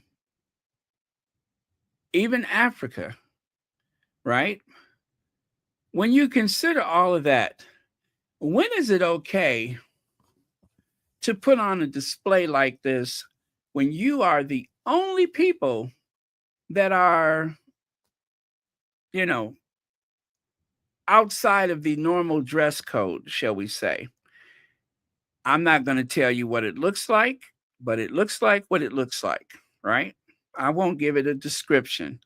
I'm just going to say that those are people of color at Buckingham Palace. They're not even in, you know how they have the state dinners, and they say wear whatever you would dress in a function of similar importance in your home country. So you might find someone from Ghana or Nigeria wearing, their clothing that they would wear for ceremonial reasons. Okay, this is not a ceremony. And for them to be dressed like that around those people makes me a little uncomfortable. I don't like it. I don't like it. Yeah, Mary H. I don't like it. I don't like it. Mm-mm. It is. Nope. I don't know why they couldn't just dress like everybody else. But I'm sure they must have had a reason. I looked at the article. I could not find a reason for that. They're the only ones that are in their, shall we say, work clothes, competition gear. Yeah. Yeah. Mm-mm. I mean, as far as I know, there's no athletic thing at I'm sure they have an exercise room, but that is not where they are right now. They are in one of the staterooms.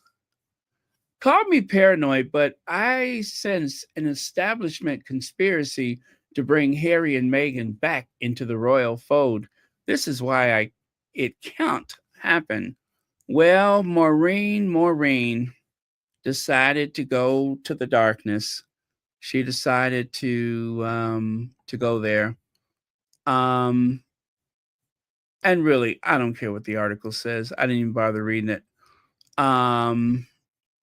But it is because of the article from Trevor Phillips, where Trevor Phillips seemed to make the case that the Sussexes, or in particular, Meghan, did not stand a chance in that family. And rather than addressing what Trevor Phillips was citing as the reason why they had to run for their lives, I'm pretty sure, and this is without even looking at the article, I'm pretty sure that Maureen has totally glossed over the reason why the Sussexes had to leave. Right? Totally glossed that over. No need to acknowledge that. Just pretend otherwise and try to find a way to blame the Sussexes.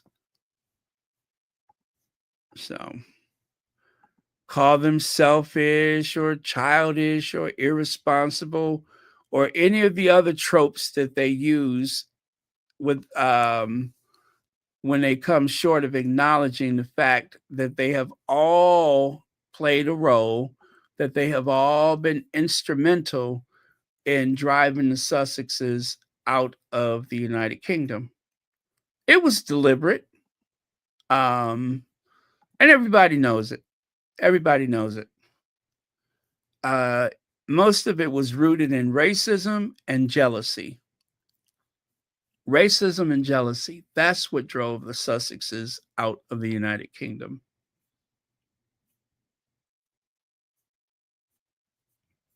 I'm trying to find the Trevor article. I don't remember what day that was.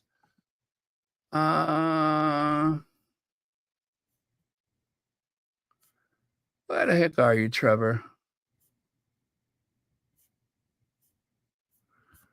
I don't see it. Was it the 24th? Maybe?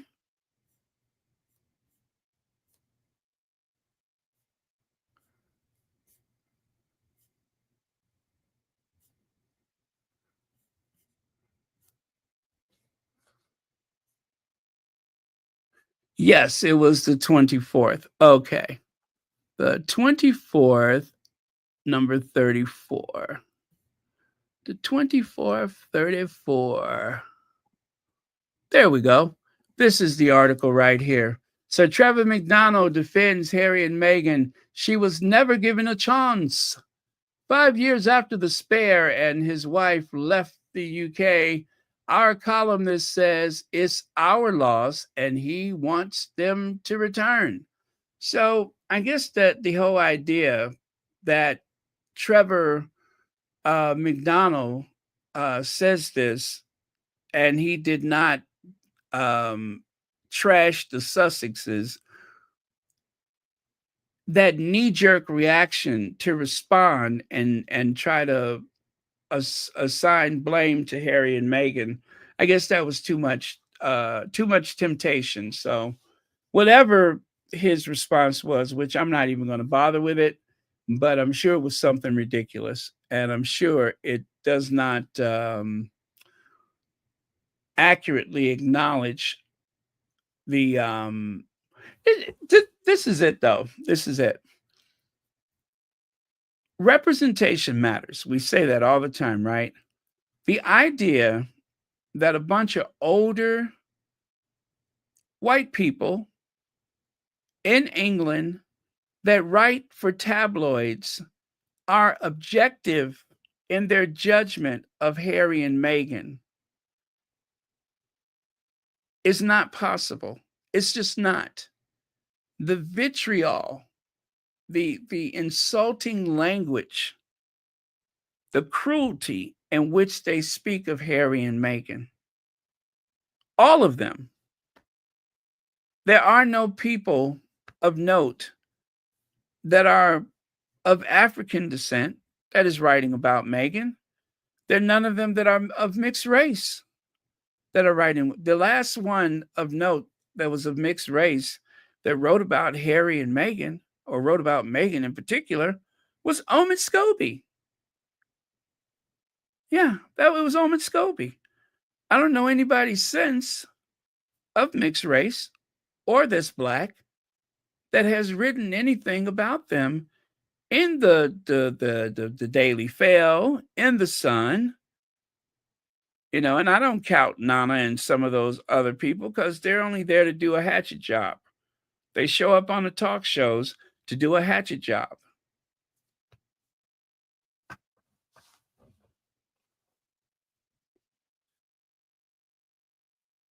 They're all a bunch of one-note Johnnies.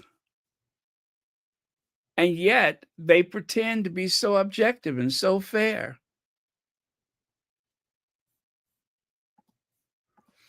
Calls for King and William duchies to be abolished to create national estates. Yes, those duchies are public lands. New report, duchy land is our land, not royal land. A new report has found that the duchies are public land, despite the royals taking a £50 million in profits from them each year. So combine the Duchy of Lancaster and the Duchy of Cornwall, that's £50 million a year of personal wealth that is taken out of those duchies. Those huge land and financial portfolios that have earned millions of pounds for the Prince of Wales and the sovereign.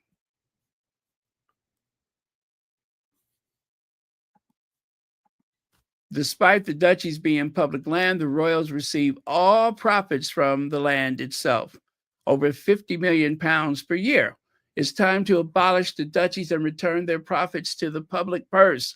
Charles and William can't be allowed to take our another penny of public money.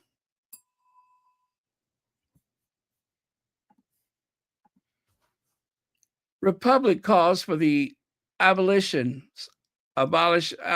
know what I mean, of King's Duchy of Lancaster. Yeah. But whatever y'all do, you will not take away his cherry lip gloss. Yes, he is not going to give up. He'll give up that duchy, but he ain't going to give up that cherry lip gloss.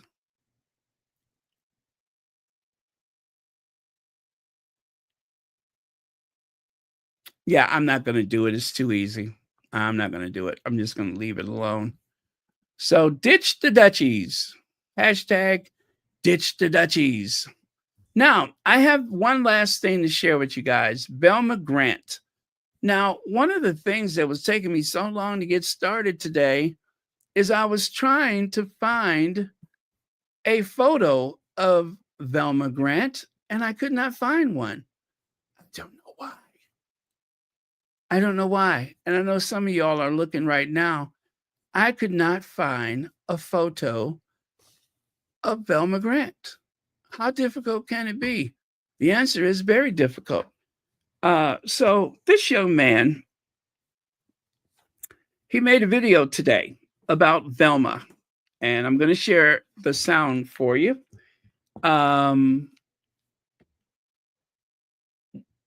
Let me see, hashtag history, okay, whatever that says. Never heard of her before.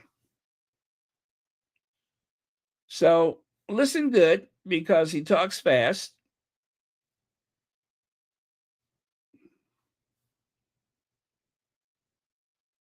Whoa,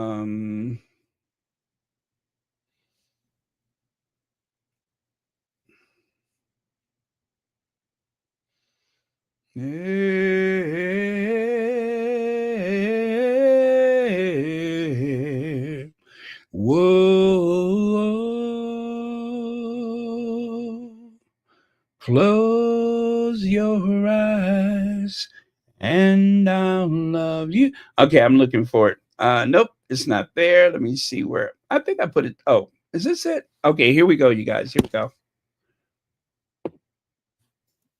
Y'all ever heard of Velma Grant? The woman who secured a $2.29 million loan from Bank of America in 1946. When blacks were redlining couldn't get bank loans, but women couldn't even get a line of credit in their own name. She secured the bag and purchased 50 acres of land in Los Angeles. Her dream was to build housing for the black middle class. She bought this land in Willowbrook, an unincorporated part of LA just north of Compton. She commissioned the most famous black architect in the nation, Paul Williams, to build 640 new homes. And those homes went on the market, they flew off the shelf. Black folk couldn't wait to get in them. Let me tell you why. Prior to 1948, blacks could only live in 5% of Los Angeles. Most homes had a racial covenant saying you couldn't sell to blacks even if you wanted to. Black folks living in downtown, a lot of times people were living 12 people to one bedroom or 60 people to one bathroom. It didn't matter how much money you made, there was nowhere to live if you were black. So Velma Grant opened up a whole new lifestyle for black people. Paul Williams had built all these homes for wealthy white folk in Beverly Hills. When he built the homes for Velma Grant, he really took his time thinking about what do black people want and need. He thought about the number of bedrooms, the floor plans, that none of the houses would be the same but still look somewhat uniform. They call them the Carver Manors after the late George Washington Carver. Man, these homes are still standing strong today and some of the best housing in LA. When they built them, Velma and Paul wanted these homes to last for at least 3 generations. Because for black people practicing group economics, the homes tend to be intergenerational, and they wanted families to pass down wealth. So imagine being a black woman in the 1940s, red line, no access to credit, and you still built housing for us, by us. That's the story of Velma Grant. Y'all ever heard of Velma Grant? The woman who secured a $2.29 million. Okay, so I never heard of Velma Grant before. I could not find a photo. That is Paul Revere Williams, famous architect. Paul Revere Williams. If you've been to LA, you have seen his work. I stumbled upon him by accident whilst watching an episode of Dynasty of all things. This guy has designed homes for Lucille Ball, Barbara Stanwyck, and even Old Blue Eyes. What's his name? Frank Sinatra. He was the go-to architect for a lot of those stars. He was very innovative. He designed everything from ultra modern to American colonial, Gothic, you name it, and mid-century. He could do it. Sadly, Paul Revere had to learn to sketch upside down. Being a black man and sitting in close proximity to wealthy white people, it was considered a bit taboo.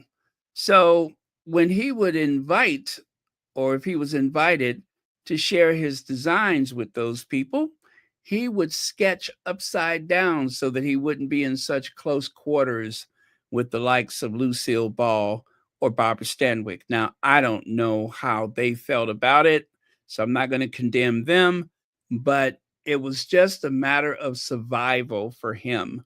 He was the first African American architect to receive a position on the, whatever national architect oversight board or whatever. But yeah, he was one of the designers of that spaceship looking restaurant at LAX, the one that looks like the Jetsons. He also designed the Beverly Hill Hotel, and even the font that is used for, how it says Beverly Hills Hotel, that is his handwriting. This guy is a monumental figure. I'm going to share a news story about him on the community post. I'm going to do that right now so that you can go and check him out. I have spoken about him before, but check it out again. Paul Revere, or Paul R. Williams. Incredible guy. And he just got on with it. He knew some of everybody, including Frank Lloyd Wright, who was probably the most famous architect in the history of the United States. And of course, Frank Lloyd Wright would be the first person to tell you that. But this guy is incredible. But as for our heroine, I've never heard of her before. And I'm going to try to find some kind of image of her. This mural, that certainly is not her, but at least I don't think that is supposed to be her or depict her. Maybe she just doesn't have any photographs. But those are the homes over there on the left side, and they are still standing. Now, those are your, typical California ranch style homes. But as the young man mentioned, they're not cookie cutter. These homes were deliberately designed so that the roof of all the homes would be a little different. And of course, the shapes and the floor plans would vary so that it doesn't look like they were just pumped out of a machine.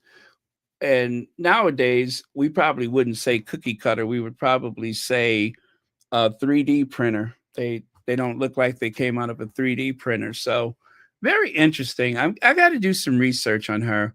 The name is real, but I would like to see an image of her.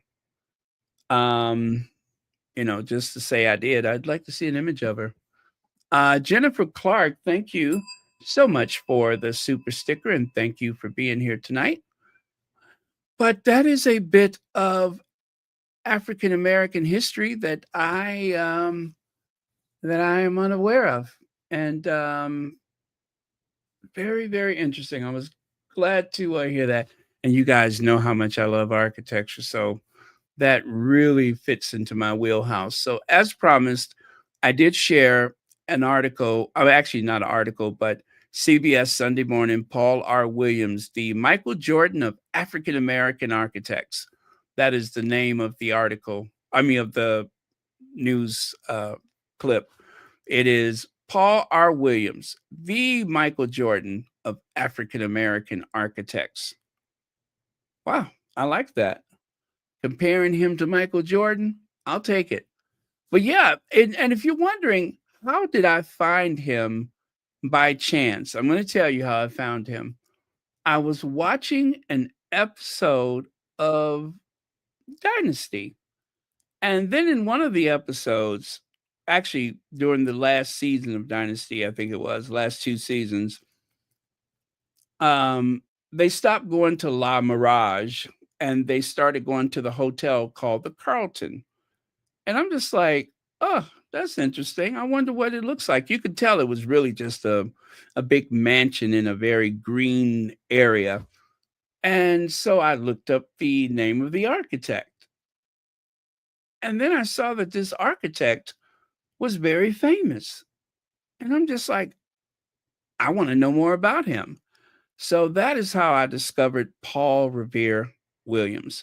So who knows? Maybe tomorrow I will share more about him, but an extraordinary guy. It is so much history that we just don't know about. And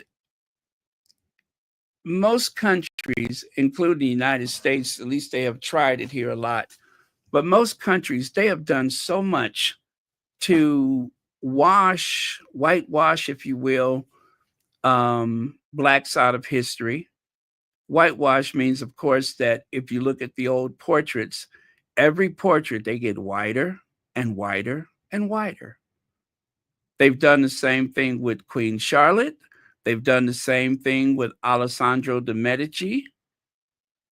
You know, a lot of times they'll make portraits of people who died 100 years ago, and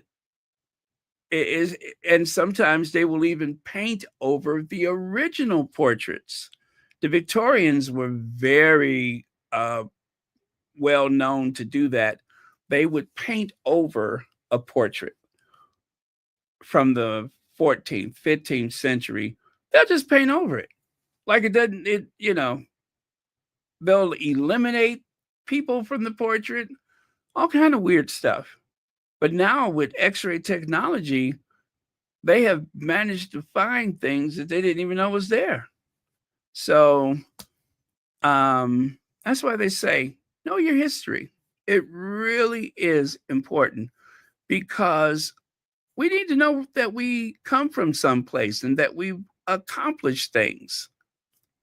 And I did see that video where the guy was trying to say that there's nothing significant that has ever been invented or created. I don't know where I saw that, but he was some academic and he was trying to convince people that there wasn't any real black contribution. But we know better. We know better. Beverly Jackson, thank you so much for the super chat. Let me see. I didn't know any of that. Thanks. I didn't know either. I didn't know anything about that. But yeah, thank you. You guys, I live in a historic area of the city, and not too far from me, there is a building that was built by one of the early this guy basically sold things very similar to Madam C.J. Walker. And the building has been landmarked because it is a contribution to architecture of the city, a vintage building that was built by a black man. And then even in downtown Chicago, John H. Johnson of the Johnson Publishing Companies, not to be confused with George Johnson of the Soft Sheen products. Both of them were from Chicago. Both of them were entrepreneurs, and both of them were turned down for a proper business loan. That's why the young man said it was so extraordinary that this woman was able to get a loan, because that was just something that didn't happen. So John H. Johnson, he couldn't get a loan from a bank to start his publishing company. So what did he do?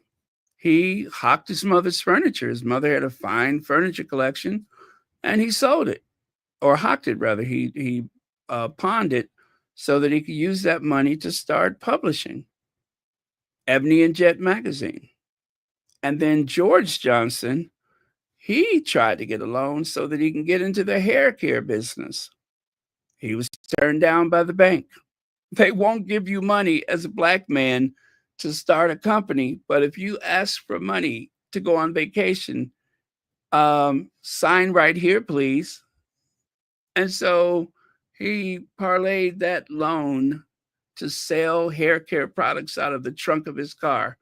By the time the company was sold to Revlon, I don't know, 10, 15 years ago, the company was valued at $120 million. And so I'm thinking that was 1990s money.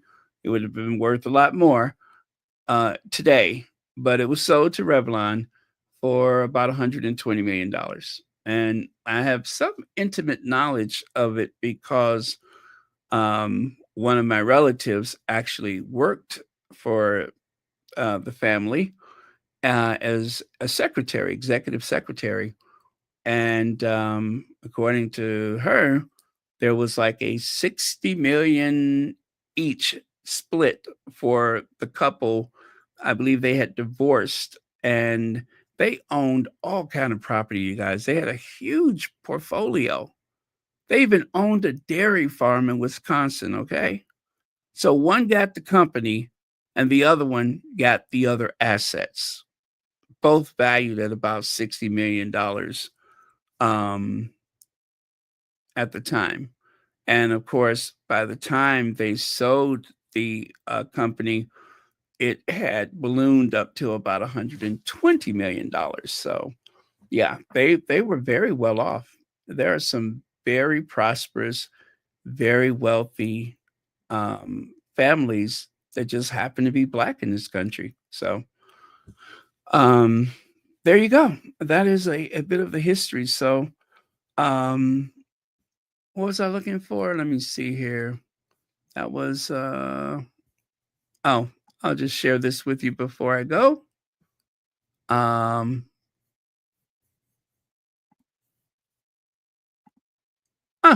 Know your history. Know your history. You're not from nothing and nowhere, okay? We are not from nothing and nowhere. We come from very powerful roots.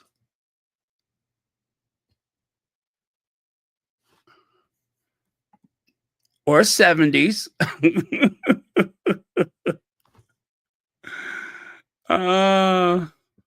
Yeah. Let me see. Does any other than me think that Kate looks like she's in her 60s? Isn't she supposed to be the same age as our Duchess? Yeah. Yeah. She's I hey, Church Nelly, thank you for joining us. You closed early today, huh? That's nice. Church Nelly decided to close Menopausal Mini early today and join us. I appreciate it. Hope the tips were good. Let me see. Lindsay Peterson, thank you for being a member. And thank you for the super sticker. Okay.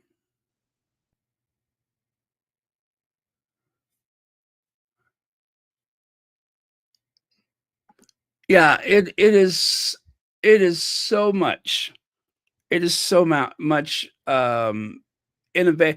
And I was looking lately, they have been sharing a lot of African Americans that have taken out patents, like 50 patents or patents, if you will. There's a lot of black inventors, a lot more than I could have imagined. But there's a lot. living quiet lives. Some of them working for NASA, some of them working for, especially in the electronics industry, um, the modern day cell phone. It wasn't just one black person who was instrumental in the creation of the mobile phone. There were several. And in some cases, one of them, I can't even remember what it was, but this guy could not get hired. The Viewmaster, he had got a job with the toy company. Remember the Viewmaster, where you put that round disc in and you click it? Okay, he did not actually invent it, but what happened was the original Viewmaster was so cumbersome, they asked him to design something lighter and easier to use. And he really like reduced the scale of it and everything and made it so user friendly that they sold millions of them. They sold millions of them because of him. So, I mean, that's the kind of stuff I'm going to tell you. It makes me stick my chest out. It really does. And the Chrysler 300, the Chrysler 300.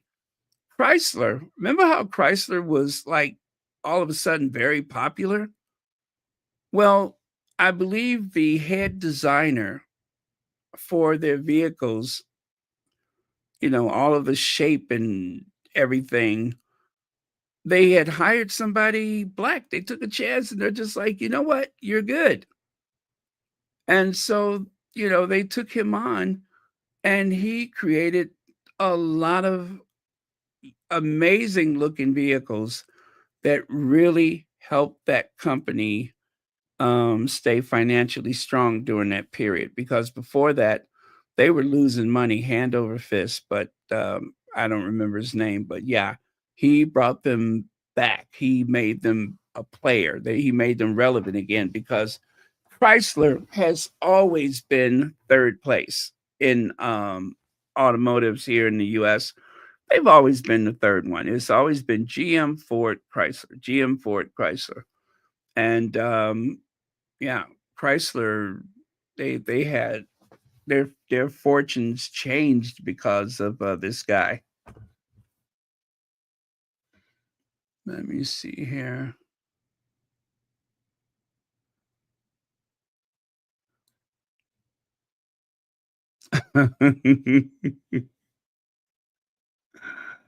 Okay, let me see here.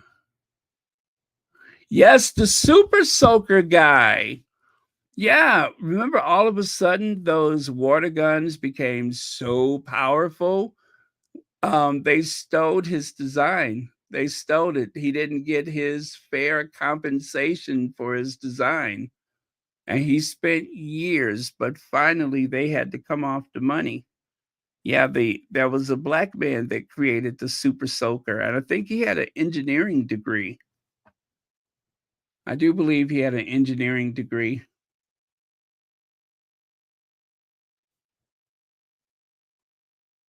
Yeah. And you know what?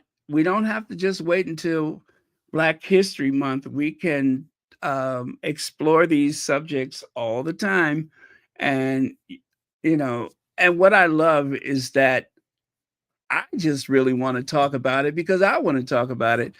And most people on Royal Sussex, I'm thinking, okay, well, I bet you a lot of people about to take off and you guys stay and you listen and we, share, and that's a good thing.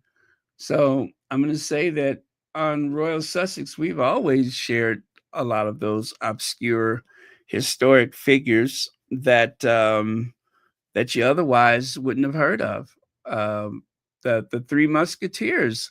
That was gosh, he was black. I forgot. Was he Italian, French, Spanish? But I know he was black. And I know that. I know he was black. And he's the one that came up with the Three Musketeers and some other thing, some other story or book or something.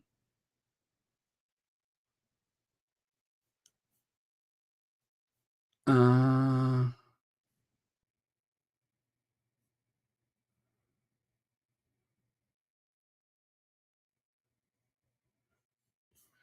All right. Okay. So I think we're done. I believe that was it. And since tomorrow is the last of Black History Month, is it 28 days or is this a 29-day month? Let me see. Yeah, it's 28 days. Yeah, I'll try to find something special to share tomorrow. Yeah. So that's it. If you have any last comments, please share them now. Otherwise, we're going to take off soon.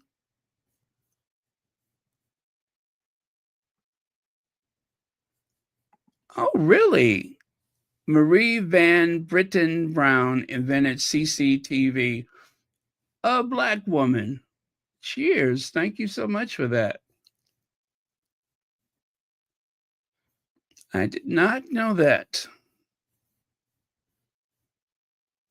Okay, he was French. Oh, there we go. Alexander Dumas. Yes, he was French. Alexander Dumas.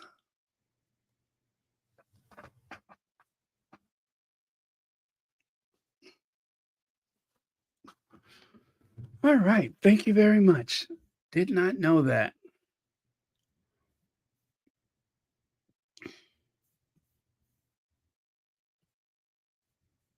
Oh, thank you, Cookies and Cream. Thank you for all the support all these years.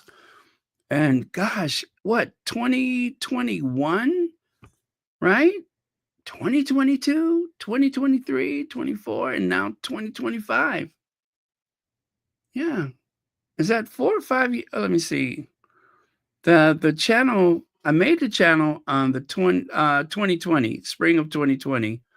And then I didn't really do anything with it till 2021, I think. Right? So how many years is that?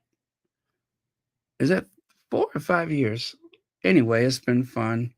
It's changed my life, I could tell you that for sure.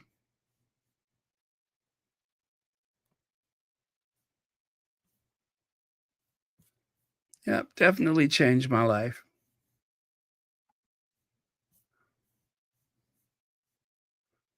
You guys, this guy just, he looks brilliant, doesn't he? He looks brilliant. I mean, he just looked like he knows something. He looks brilliant. Paul Revere Williams.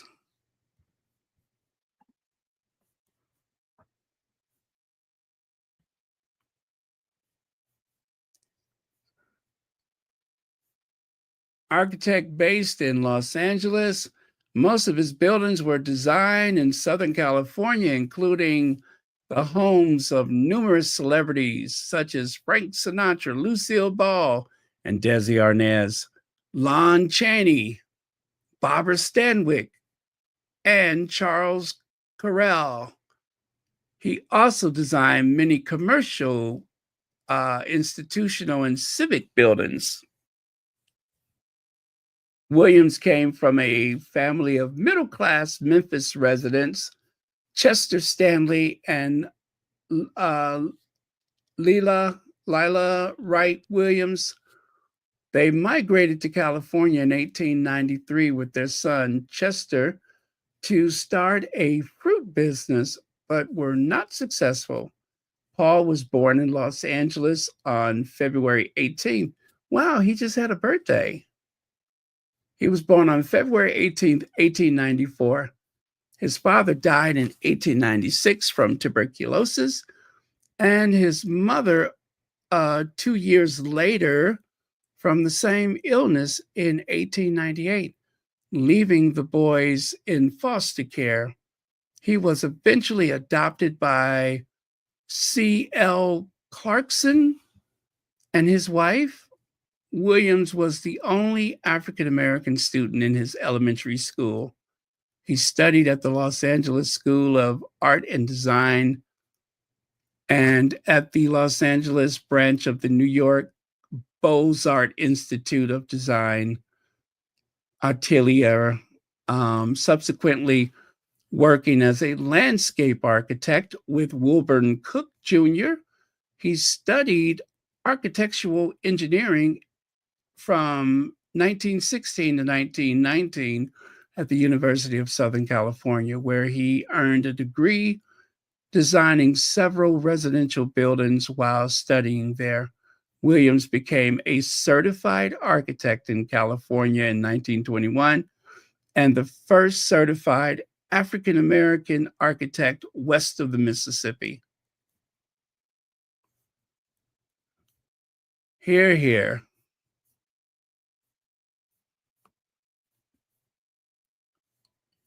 Sensational.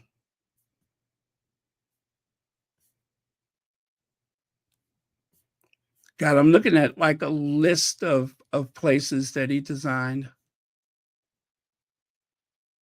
Oh, the YMCA, the 28th Street YMCA. Mm-hmm. That's in Los Angeles, of course. Arrowhead Springs Hotel. Is that still standing?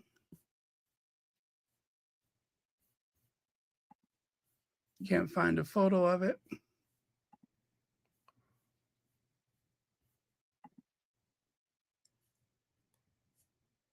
Wow, very cool. Tell you what, I'm gonna leave a well, I already left that video, so I'll let that survive. Sussex Soldier, happy birthday, Baron from M. Covington.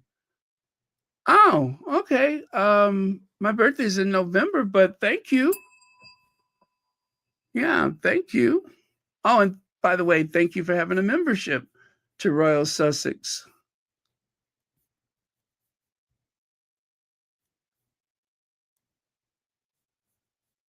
Yes, I agree. I agree. I have learned so much. I have learned so much.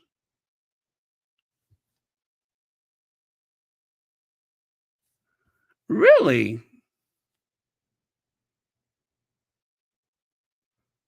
If you can help me, how to, oh, um, well, I tell you what, I could give you the official Royal Sussex business address if that's helpful. I could do that. Let me put that up on the screen.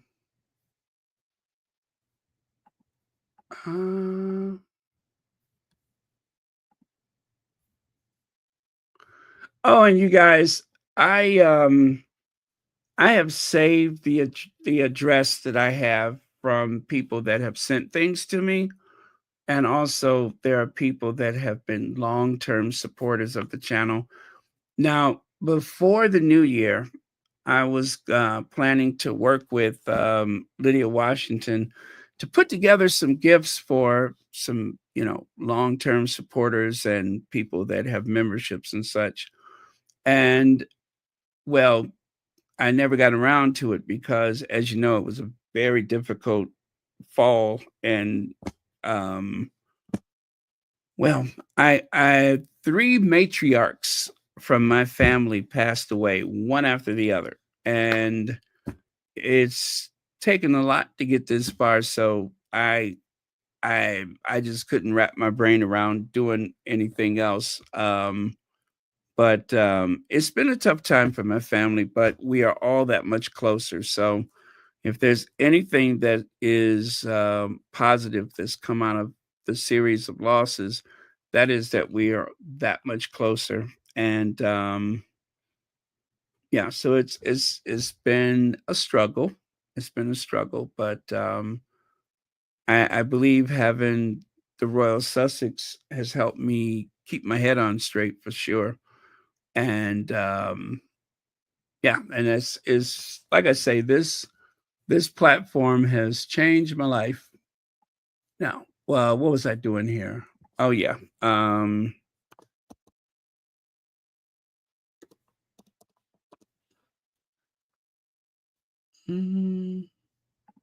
Okay. This is the official business address for Royal Sussex. I do not live there, so don't come over there with your black drawers on because I don't live there. Remember that song, Meet Me with Your Black Drawers On? I do not live there, so do not come over there looking for me because I'm not there. All right? That is a business address.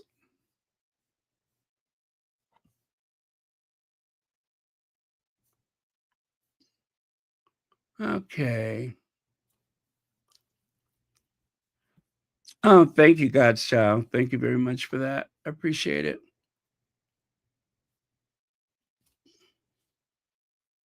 Yes, that was a song. Woke up this morning, picked up the telephone. Da, da, da, da, da. I think this song came out in the 70s, right? I said I woke up this morning. It was like a blues song. Picked up the telephone. Da, da, da, da, da. And I got your message, baby, to meet me with your black drawers on. No, meet me with my black drawers on. Da, da, da, da, da. Hey, baby, meet me with my black drawers on. Da, da, da, da, da. Yeah, no, yeah, I'm saying it wrong. Baby, meet me with your black drawers on. Da, da, da, da, da. Yes, that was a real song. Meet me with your black drawers on.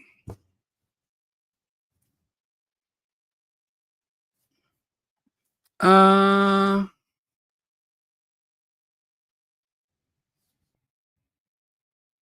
oh, okay, thank you. I appreciate that.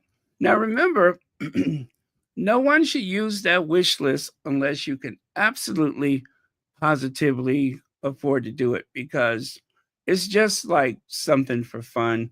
I like the subtle surprise of seeing, oh, I got something in my mailbox. What is it?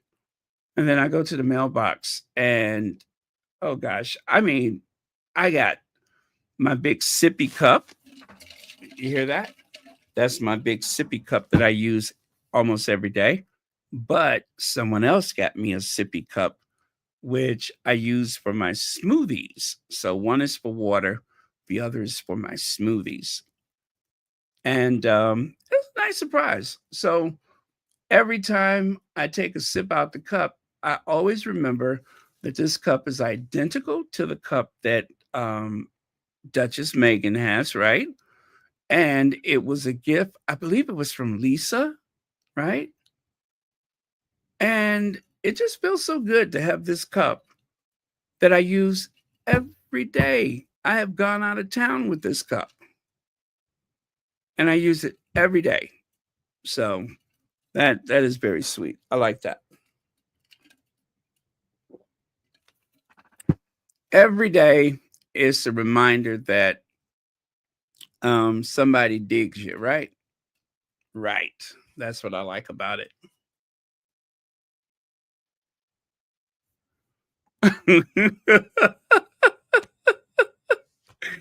You've heard that song before. Please tell me you've heard that song before. Please tell me you have heard that song before. It is, let me see. Meet me with your black drawers on. Okay. That song, um,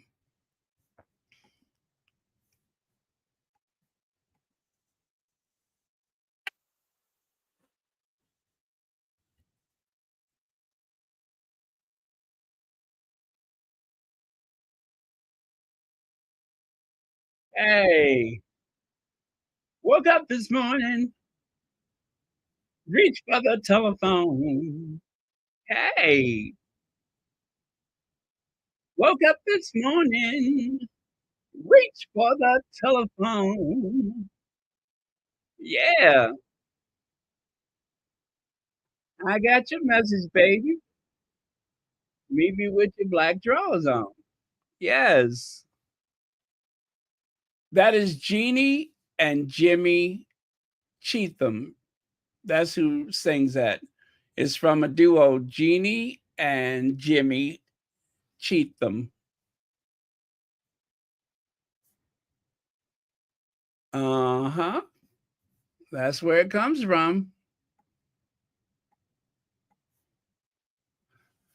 You guys, there is so much useless information inside of this hat rack that I'll call a head. You have no idea. I'd be sitting up there thinking of some of the darndest things. I'd be like, why am I thinking about that? It just comes to me.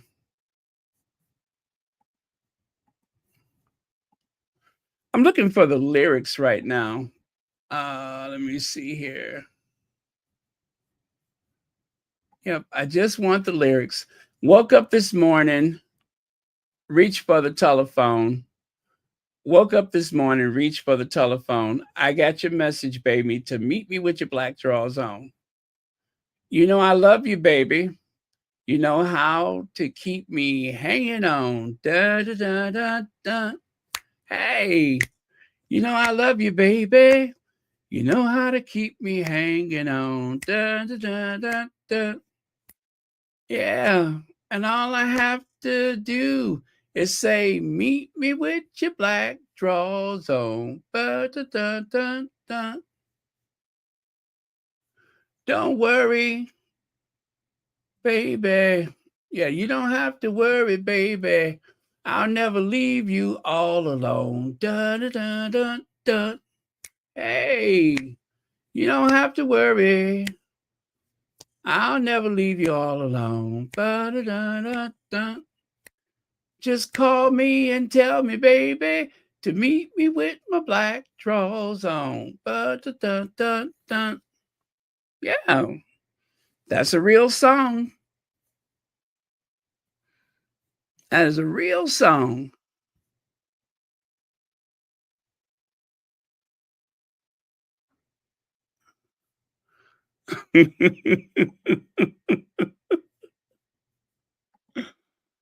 Now, tomorrow I'll do Telephone Man. Hey, baby, I'm the telephone man.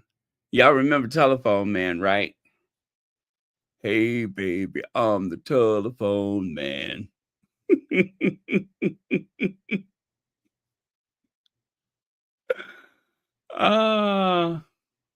That is what they call a double entendre. It could mean this or it could mean that. But usually it means something rather, yeah, that's what it means. Okay, you guys, it's been 2.5 hours, and I said we're only going to be on an hour, and here's 2.5 hours. So, yes, you're a bit early for my birthday, but that's okay. That's okay. And the thing is, I always say the reason why I was born in November is because somebody caught a chill in February. Get it? Somebody caught a chill in February. Somebody was like, hey, my feet are cold. And before you know it, 9 months later, there I was. Yeah. That's why there's so many babies that are born in November. It's because somebody caught a chill. And also, don't forget, Valentine's Day is in February. So that's another compelling reason that there are so many November babies. But the easy way to remember my birthday is just remember all the famous people I share birthdays with, including Dolph Lundgren, that big Viking that was dating Grace Jones, right? And of course, one of the sweetest, most loving, most tender-hearted, generous, kind people who have ever existed, Anna Wintour. And one of the craziest, wackiest people who needs to be in a padded cell, Roseanne Barr, and a comedian that has gone right wing, and not Roseanne Barr, somebody else, Dennis Miller. Oh, I can't stand him no more. Also, one of the Lionels from the Jeffersons, right? Um, what's her name? That Kardashian girl, Kylie Jenner. Kylie Jenner, she shares birthdays with me. Singer Adam Ant and the singer Lulu. Remember Lulu? Those schoolgirl days of telling tales and biting nails are gone. But as I leave, I know that they will live on and on. Yes, to Sir with Love, that Lulu. I share birthdays with Lulu. Yes, the real Lulu from To Sir with Love. We share birthdays. That's my birthday twin. And I'm trying to think, who else do I share birthdays with? Oh, um, the guy, Charles Bronson. Remember him, Charles Bronson? I share birthdays with Charles Bronson. Yeah, so I share a birthday with some very brilliant and scary people. Yeah, I share birthdays with some very brilliant but yet somewhat scary people. To serve with love. Dun dun dun dun. I love that song, To Serve with Love. I love that movie. One of my favorite movies. I have it on DVD. I have it on VHS.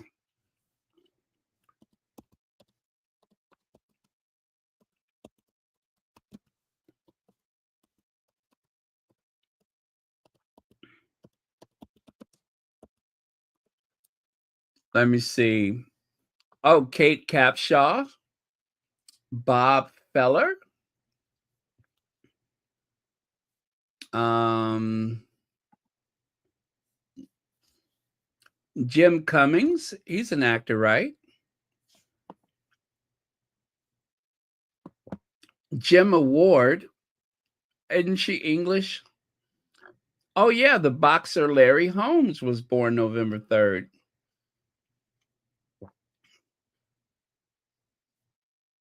Oh, yes. Governor Michael Dukakis and Colin Kaepernick. Yeah. Colin Kaepernick, football player, took a knee. You guys, there's a lot of interesting people born November 3rd. Okay, let me do it really fast.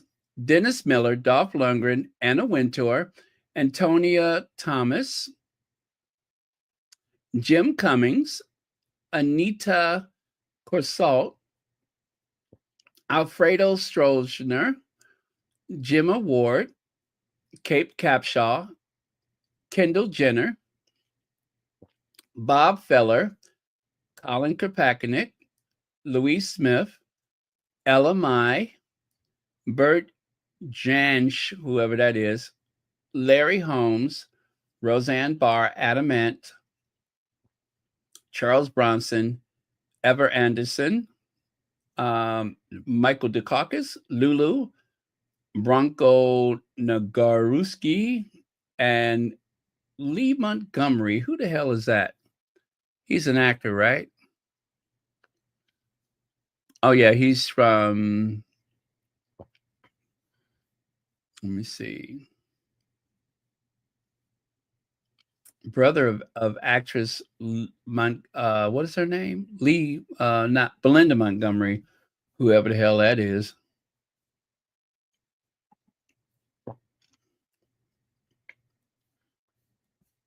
Wow.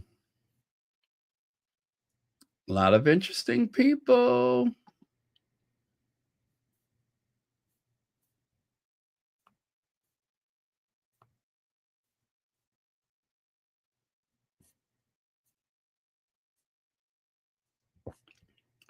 Oh, Ever Anderson. Oh, whoever the hell she is, I don't really care.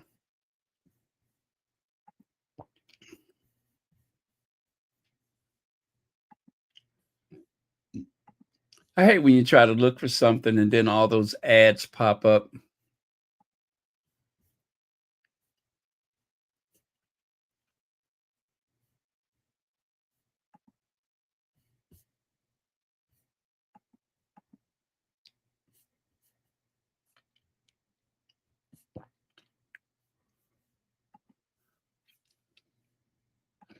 Oh, really?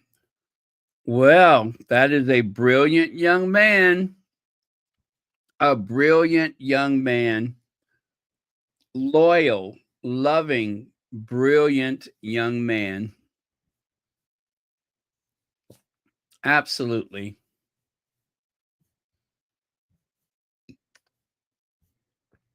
If they're born on November 3rd, they're usually absolutely brilliant. Very thoughtful, loving, loyal to a fault. Just try not to make them mad, though, because it's not a matter of if they'll get even. The question is, when will they get even?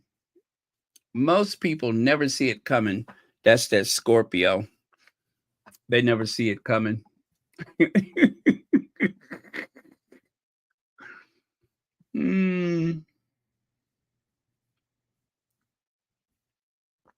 All of a sudden, things just don't work out no more. You know what I mean?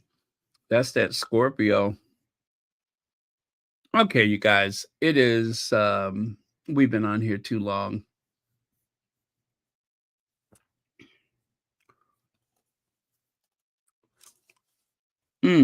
I just had a Ricola. Oh, this is perfect.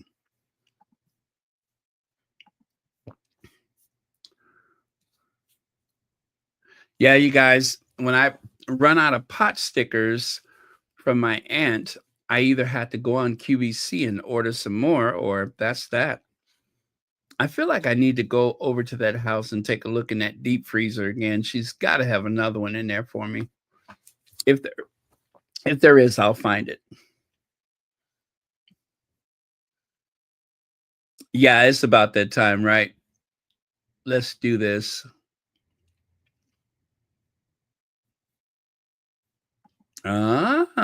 He's everything you said. He graduated from Southern University and LSU with a master's. Congratulations. You must be very, very proud.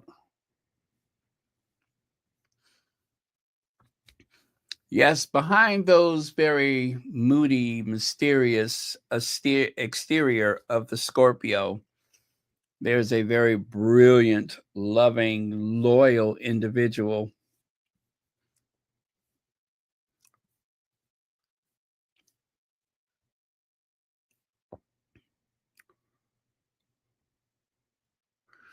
Am I making up? No. No, you can look it up. Those are real songs.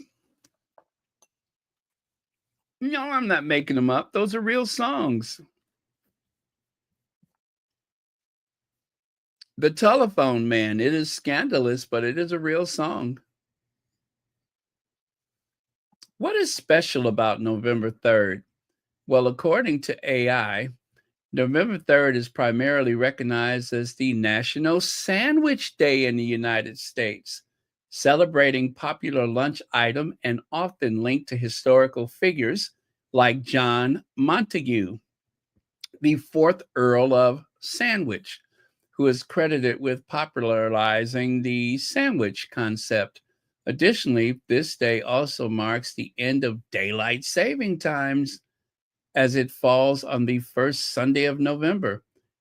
Other points about November 3rd. One Health Day. This day is observed as One Health Day to raise awareness about the interconnectedness of human, animal, and environmental health.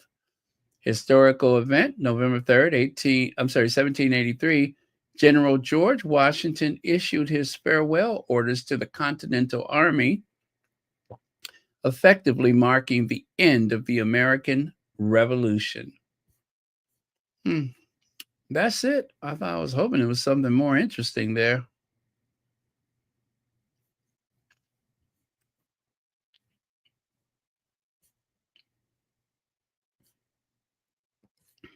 Well, election day, presidential election days are always on or near the November birthdays, November 3rd birthday. Yeah, AI is useless. Now, how was that helpful? The truth is, it wasn't.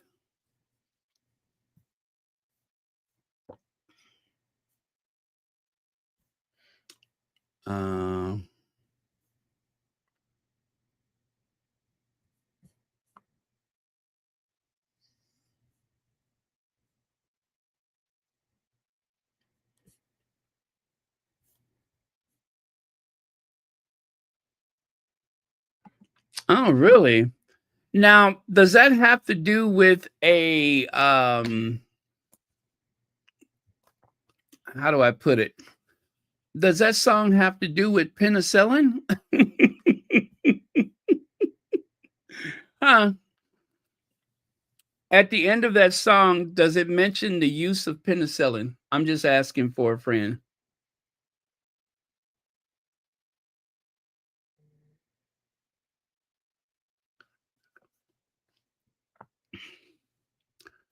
Oh yes, Connie.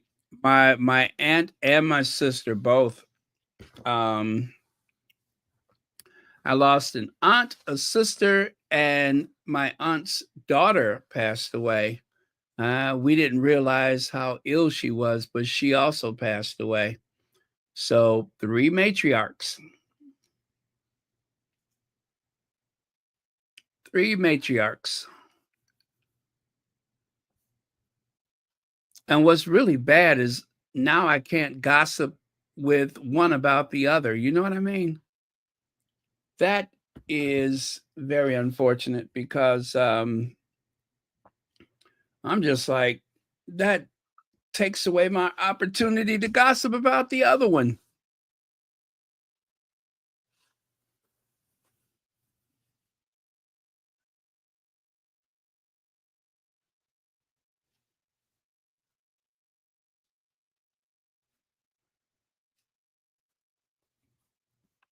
The time has come for a closing. Royal Sussex and long last look must end. Gosh, the time has come to is that To Sir with Love? It sounds like To Sir with Love, doesn't it?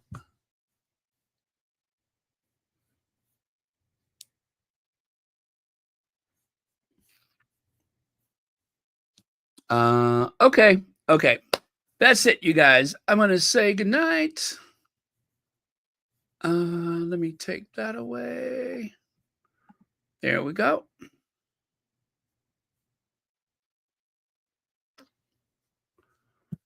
And now the time is near. The final curtain. And such and so. I hit my toe and now it's hurting. Let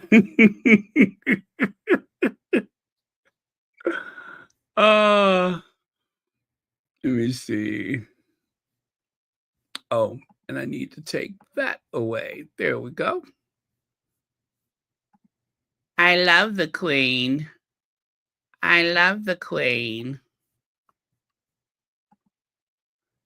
Well, I would work hard too if the whole country paid me. Well, I would work hard too if the whole country paid me.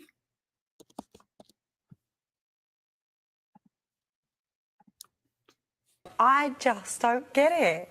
I don't get any of it. What do you mean? You don't get what? I don't get why we're so obsessed with these humans that are exactly the same. Like, it could be us four sitting there. I just don't get it. But are you talking about What, you mean as royals or Yeah. as, like, Kim Kardashian? Because for me, they're becoming celebrities. Well, yeah, to me, that's all they are. The Queen is their for celebrities. me, is brilliant. I For love the what? Queen. No, For duty, responsibility, She's always figurehead. worked really hard, But hasn't I would she? work hard if the whole country paid for me to have like 12 houses and work really No, hard. they don't pay for all of the houses. But Just a few. But I would work hard too if the whole country like paid me to have 12 houses. Yeah, I'd work hard too.